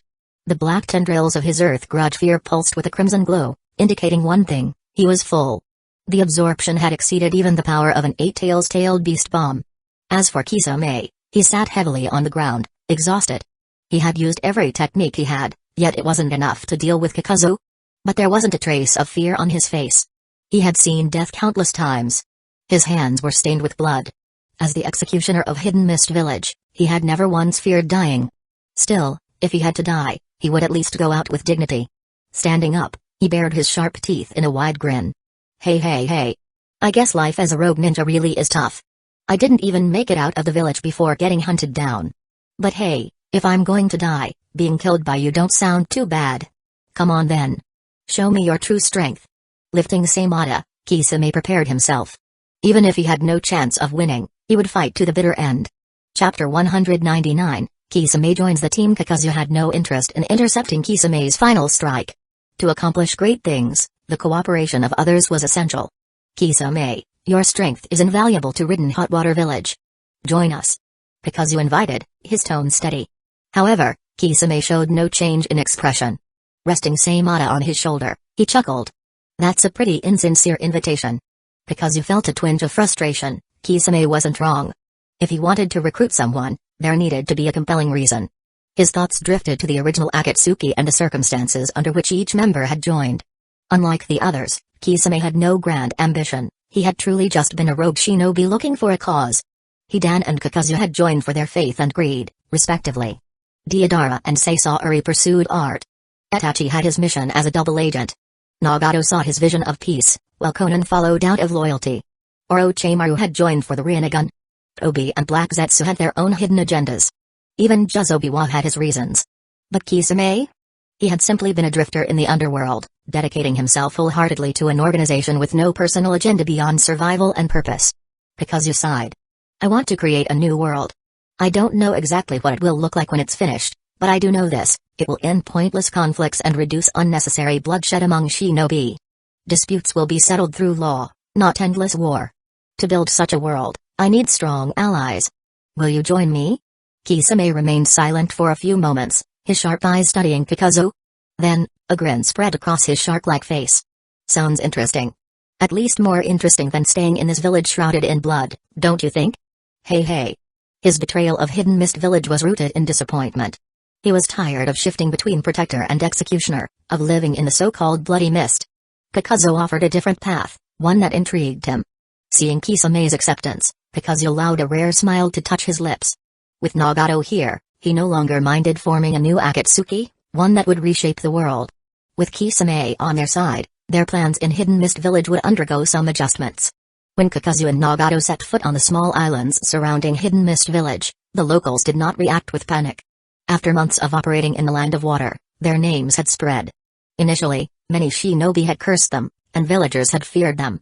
But as time passed, the people noticed something. Kakuzu and Nagato killed only shinobi, never harming civilians. This set them apart from the ruthless forces that had plagued the land. Kakuzu had already chosen his next target. Hazuki Mizuki, this is not coercion but a sincere invitation. Besides, this may be your clan's last chance. Whether you seize it or not is up to you. The middle-aged man before him remained silent. The Hazuki clan had survived since the Warring States period, reaching its peak under the rule of the second Mizukage, Hazuki Genjutsu. However, Genjutsu's reign had been short-lived. He perished alongside the second Tsuchikage. In the years that followed, the clan's influence dwindled. Despite possessing a powerful Kekkei, they had been targeted by the third Mizukage, who harbored deep hatred for bloodline clans. Though they had managed to secure a position within the 7 ninja swordsmen, their numbers had steadily declined. Now, only a dozen or so remained. Kakuzu's offer was clear: relocate, or face extinction. This wasn't an opportunity he was offering, it was an ultimatum. Relocating an entire clan was no small matter. Normally, such a decision required a collective vote, lengthy discussions, and negotiations with the ruling government. A nation wouldn't simply allow one of its most notable clans to leave without resistance. After 3 months of deliberation, the Hazuki clan made their decision: they would leave the Land of Water, provided Kakuzu ensured their safe passage. In a world bound by loyalty and deep-rooted connections, such a choice might seem extreme. But this was Hidden Mist Village, a village shaped by isolation and distrust. Here, bloodline clans had little attachment to their homeland, especially after years of persecution. Under the third Mizukage's rule, their fate had been uncertain at best and doomed at worst. Kakuzu did not press them further. Instead, he ordered Nagato to clear their path. With the Hazuki clan secured, Kakuzu turned to his next target, the Yuki clan. They were in an even more dire state. Their numbers had dwindled to just 2, a 70-year-old elder and his 13-year-old granddaughter, the last of their bloodline. The elder had already made up his mind to abandon their surname and let the girl live in anonymity, ensuring her survival in the shadows. Kakuzu's offer was generous. Not only would he guarantee their safety, but he would also provide them with a new home in the Land of Dragons. As for loyalty to Hidden Mist Village, Kakuzu scoffed at the very notion. That village had long since forsaken them.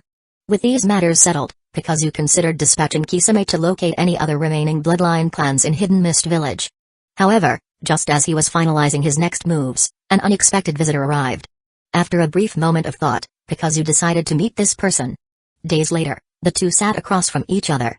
Kakuzu, now over 60, found himself looking at someone who appeared to be at least a decade older. Chapter 200, Hidden Leaf Village's Genin Genshai was a man who had survived since the Warring States period. Alongside the first Mizukage, Byakuren, he had founded Hidden Mist Village.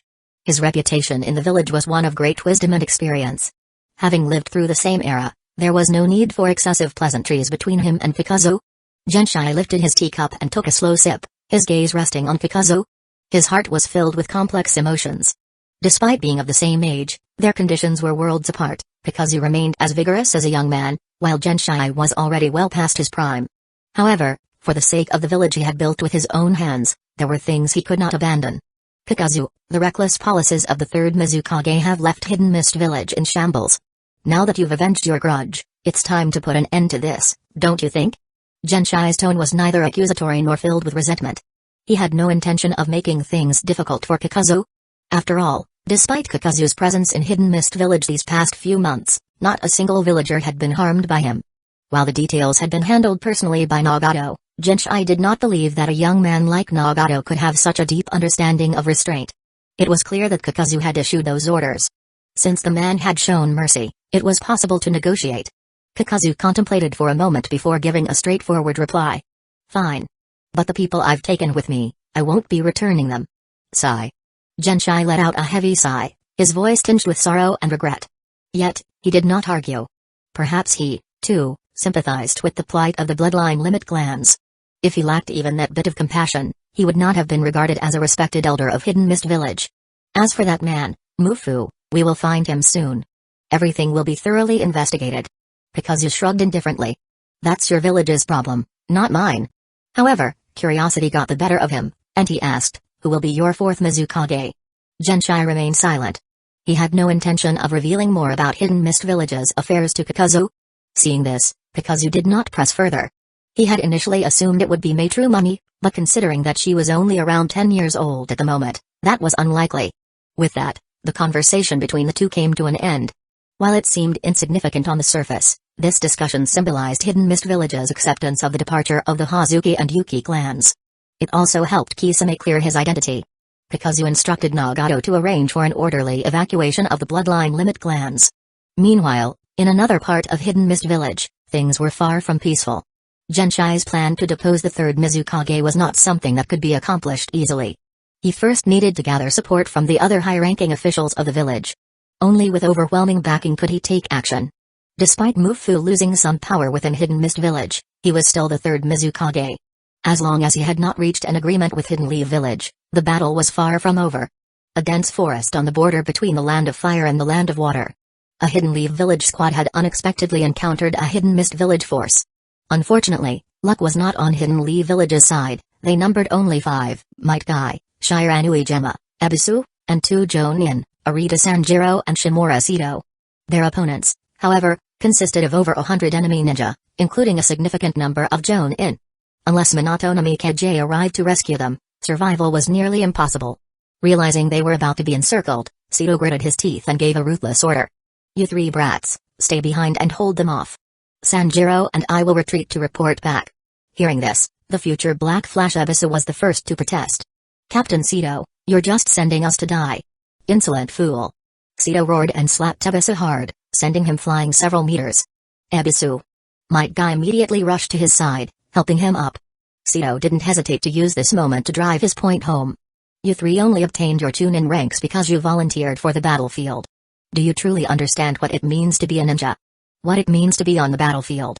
You think I'm abandoning you out of cowardice? You're wrong. For a ninja, for the battlefield, the most important thing is intelligence. A large Hidden Mist Village force is preparing to strike our headquarters. I must deliver this information, or the consequences will be disastrous. Your deaths here are for the sake of the village. Do you understand?" 10 seconds. That was all the time Sito had to shout his reasoning at them. Then, without waiting for a response, he signaled to his companion. "Sanjiro, we're leaving." Without hesitation, the 2 Jonin fled. Might Guy clenched his fists. He knew full well that his father was only a Genin. Even with himself, Ebisu, and Genma, newly promoted Chunin, they had no chance against such overwhelming numbers. Despair was setting in. But then, a green blur streaked through the battlefield, positioning itself in front of Might Guy. The vibrant green vest was unmistakable. In Hidden Leaf Village, only 2 people wore it. One was Might Guy. The other, father. Might Guy gasped in shock. His emotions were complex. He was not overjoyed but instead felt a deep sorrow and even a bit of shame. "Father, what are you doing here? You're just a Genin. By all logic, someone of Might Dewey's rank should not have been allowed onto the battlefield. Yet, here he was." Might Dewey, however, ignored his son's concerns, focusing instead on the enemy forces that had encircled them. His tone was calm but firm. "No time to argue. Run. I will buy you time." "Run? Don't be ridiculous, father. They have over 100 ninja, at least half of them Jonin. You can't possibly handle them alone." Might Guy's voice was filled with desperation. He turned back, hoping for help, but saw that Sito and Sanjiro had already stopped running. Might Guy clenched his teeth and lowered his head, his hands pressed together in silent prayer. He could only hope the 2 Jonin would help, even if just by using a few ninjutsu techniques. However, what's a washed-up Genin doing here? Looking for a place to die? Not just that. He's embarrassing Hidden Leaf Village while he's at it. Chapter 201, Burn Brightly, Youth. Might Dewey's arrival did not bring the morale boost one would expect from reinforcements.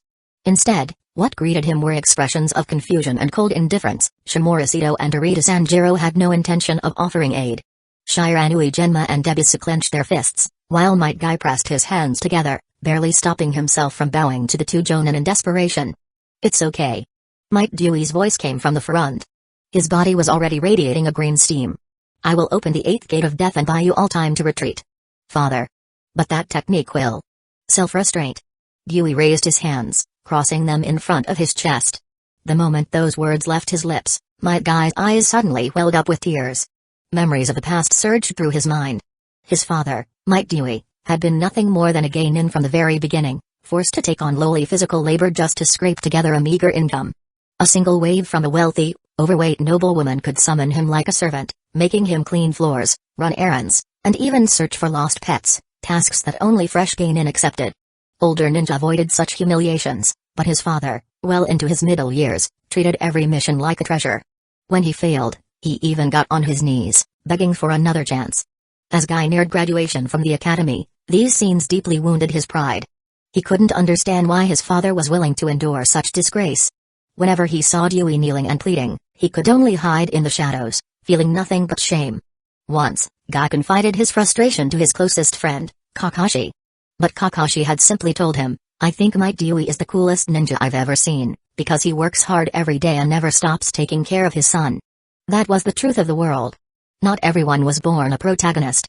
Not everyone had a fate-defying destiny. Some people simply weren't meant to be shinobi. No matter how much effort they put in, there was no guarantee of success.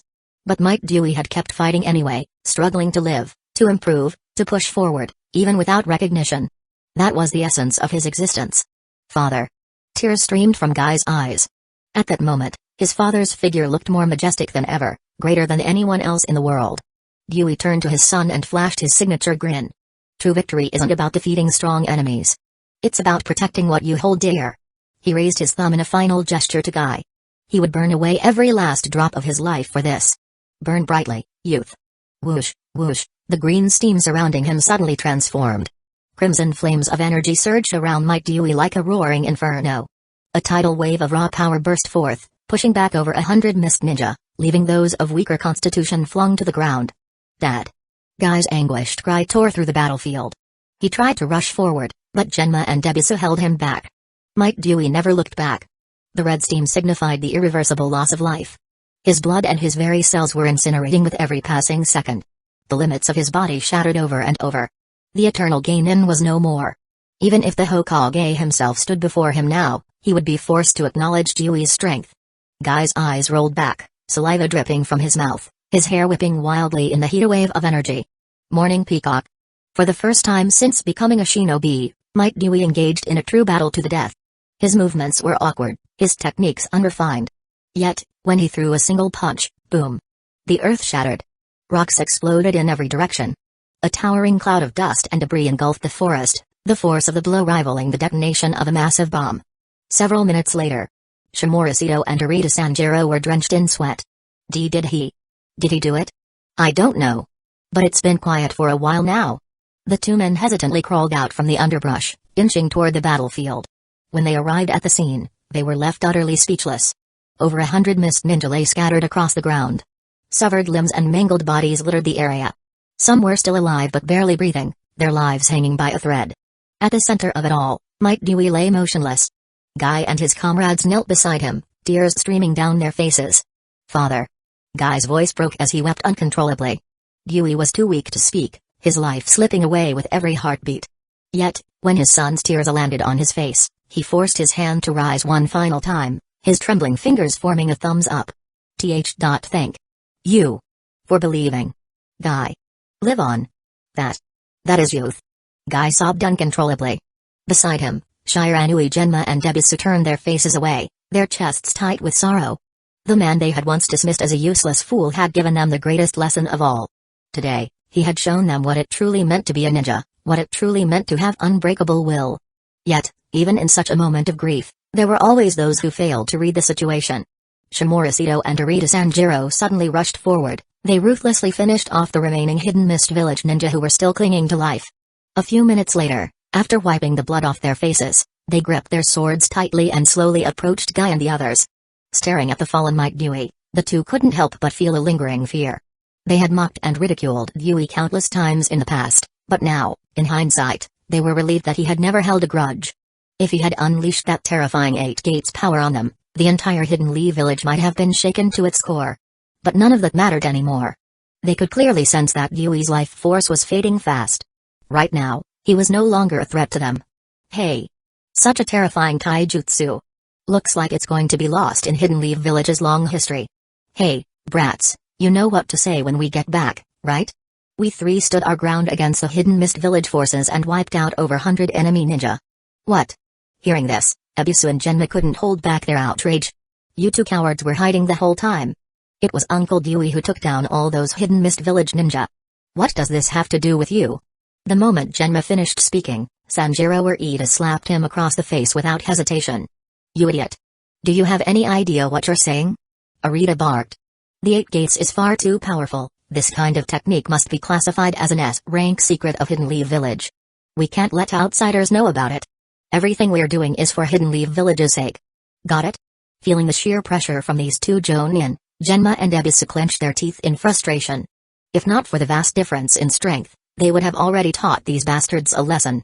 Seeing their unwilling expressions, Kyoto Shimura sighed, as if making a small concession. Fine, fine. When we report to the Hokage, we'll say that the two of us led the main attack, and he. Shimura nudged Might Dewey's lifeless body with his foot. He supported us from the side and ultimately sacrificed himself, allowing us to secure victory. Understood? Just as Shimura finished speaking, a hand suddenly clamped down on his shoulder. You. What did you just say? Chapter 202, continuing to write the story of youth. Shimura Sito glanced to the side with a puzzled expression and found that Ueda Sanjiro was also looking back at him with the same confusion. It was only then that they realized someone had appeared behind them. Who's there? Both of them swiftly maneuvered into a defensive stance, widening the distance between themselves and the newcomer. When they finally laid eyes on the unfamiliar figure, Ueda Sanjiro instinctively gripped his weapon, preparing for battle. However, before he could make a move, Shimura Sito reached out to stop him. What are you doing? Stand down. Shimura Sito shot him a look of disdain. This fool was too short-sighted. How could he not recognize the person before them? Truly blind. Lowering his guard, Shimura Sito stepped forward and bowed respectfully. Lord Kakuzu, I am Shimura Sito of the Shimura clan. I never expected you to personally came to this place. It is truly an honor.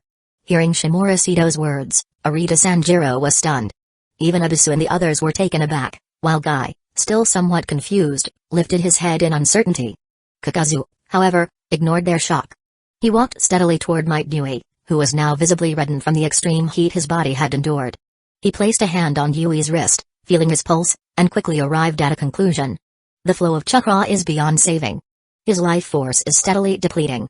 Once the energy in his heart is completely exhausted, there will be no turning back. Lord Kakuzu, is there any way to save my father? Tears streaked down Guy's face, but his young eyes shone with hope. He had never been good at remembering names, yet he had once heard Kakashi mention Kakuzu in passing. This time, he had somehow managed to recall the name correctly, a rarity for him. Judging by his pulse, your father has at most 3 minutes left. However, there may still be a way. As he spoke, Kakuzu recalled how Naruto had saved lives using yin-yang release in the original events. That power, capable of creating life itself, was what had allowed Kakashi to avoid becoming permanently one-eyed. But Kakuzu was not someone who relied on cheats, he preferred practical, replicable methods. He placed a hand on Might Dewey's chest and formed a single-handed seal. 8 trigram seal, activate. Dark seals spread across Dewey's chest, temporarily suppressing the last remnants of chakra still circulating through his heart. This measure would, at the very least, slow down the progression of his death. Based on his pulse, Dewey originally had only 3 minutes left. Now, he had roughly an hour. Time was precious. Without further explanation, Kakuzu quickly formed hand seals. Summoning jutsu. With a burst of smoke from a summoning scroll, a large metal case appeared before him. This was one of Kakuzu's prized possessions, worth tens of millions. He unlatched the case, revealing an assortment of medical tools neatly arranged inside. He pulled out 5 syringes. Before anyone could react, the needles had already been plunged into their arms, drawing blood samples. He also extracted a small amount of Dewey's blood and mixed it with pre-prepared samples for analysis. Kakuzu's methods were crude. This was a battlefield, after all. There were no proper medical facilities, no advanced equipment. Improvisation was necessary. At the same time, he ordered Might Guy and the others to search for any mist ninja who might still be alive. Any survivors were to be brought over immediately.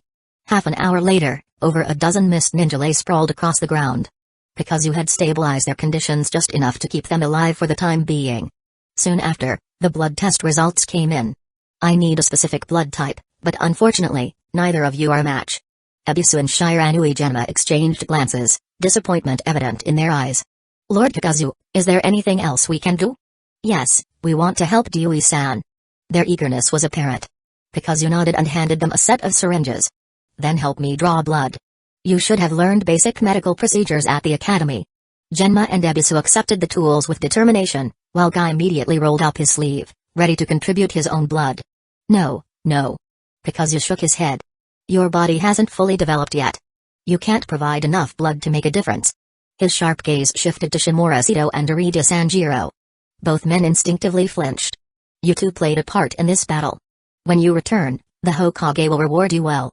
Everything we do here is for the good of Hidden Leaf Village, understand? With one sentence, Kakuzu encapsulated their ideals. The words they had spoken before were now coming back to haunt them. And against Kakuzu, did they truly have any power to resist? In the end, they could only grit their teeth and extend their arms. What they failed to notice was the slight smirk that tugged at Kakuzu's lips. Their precious blood was drawn without hesitation, flowing freely into storage. Now came the most crucial step. Threads of black tendrils emerged from Kakuzu's body, extending toward Might Dewey and one of the Mist Ninja who was barely clinging to life. He began transferring the vitality from the dying Mist Ninja into Dewey's body.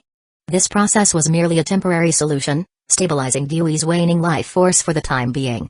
Might Dewey's body was still severely depleted, his veins and meridians completely drained. 3 days passed in the blink of an eye. When looking at the scene once more, things had changed.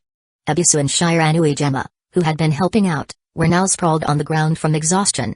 The relentless effort over the past few days had pushed them to their limits, and now it was Might Guy who was taking care of them.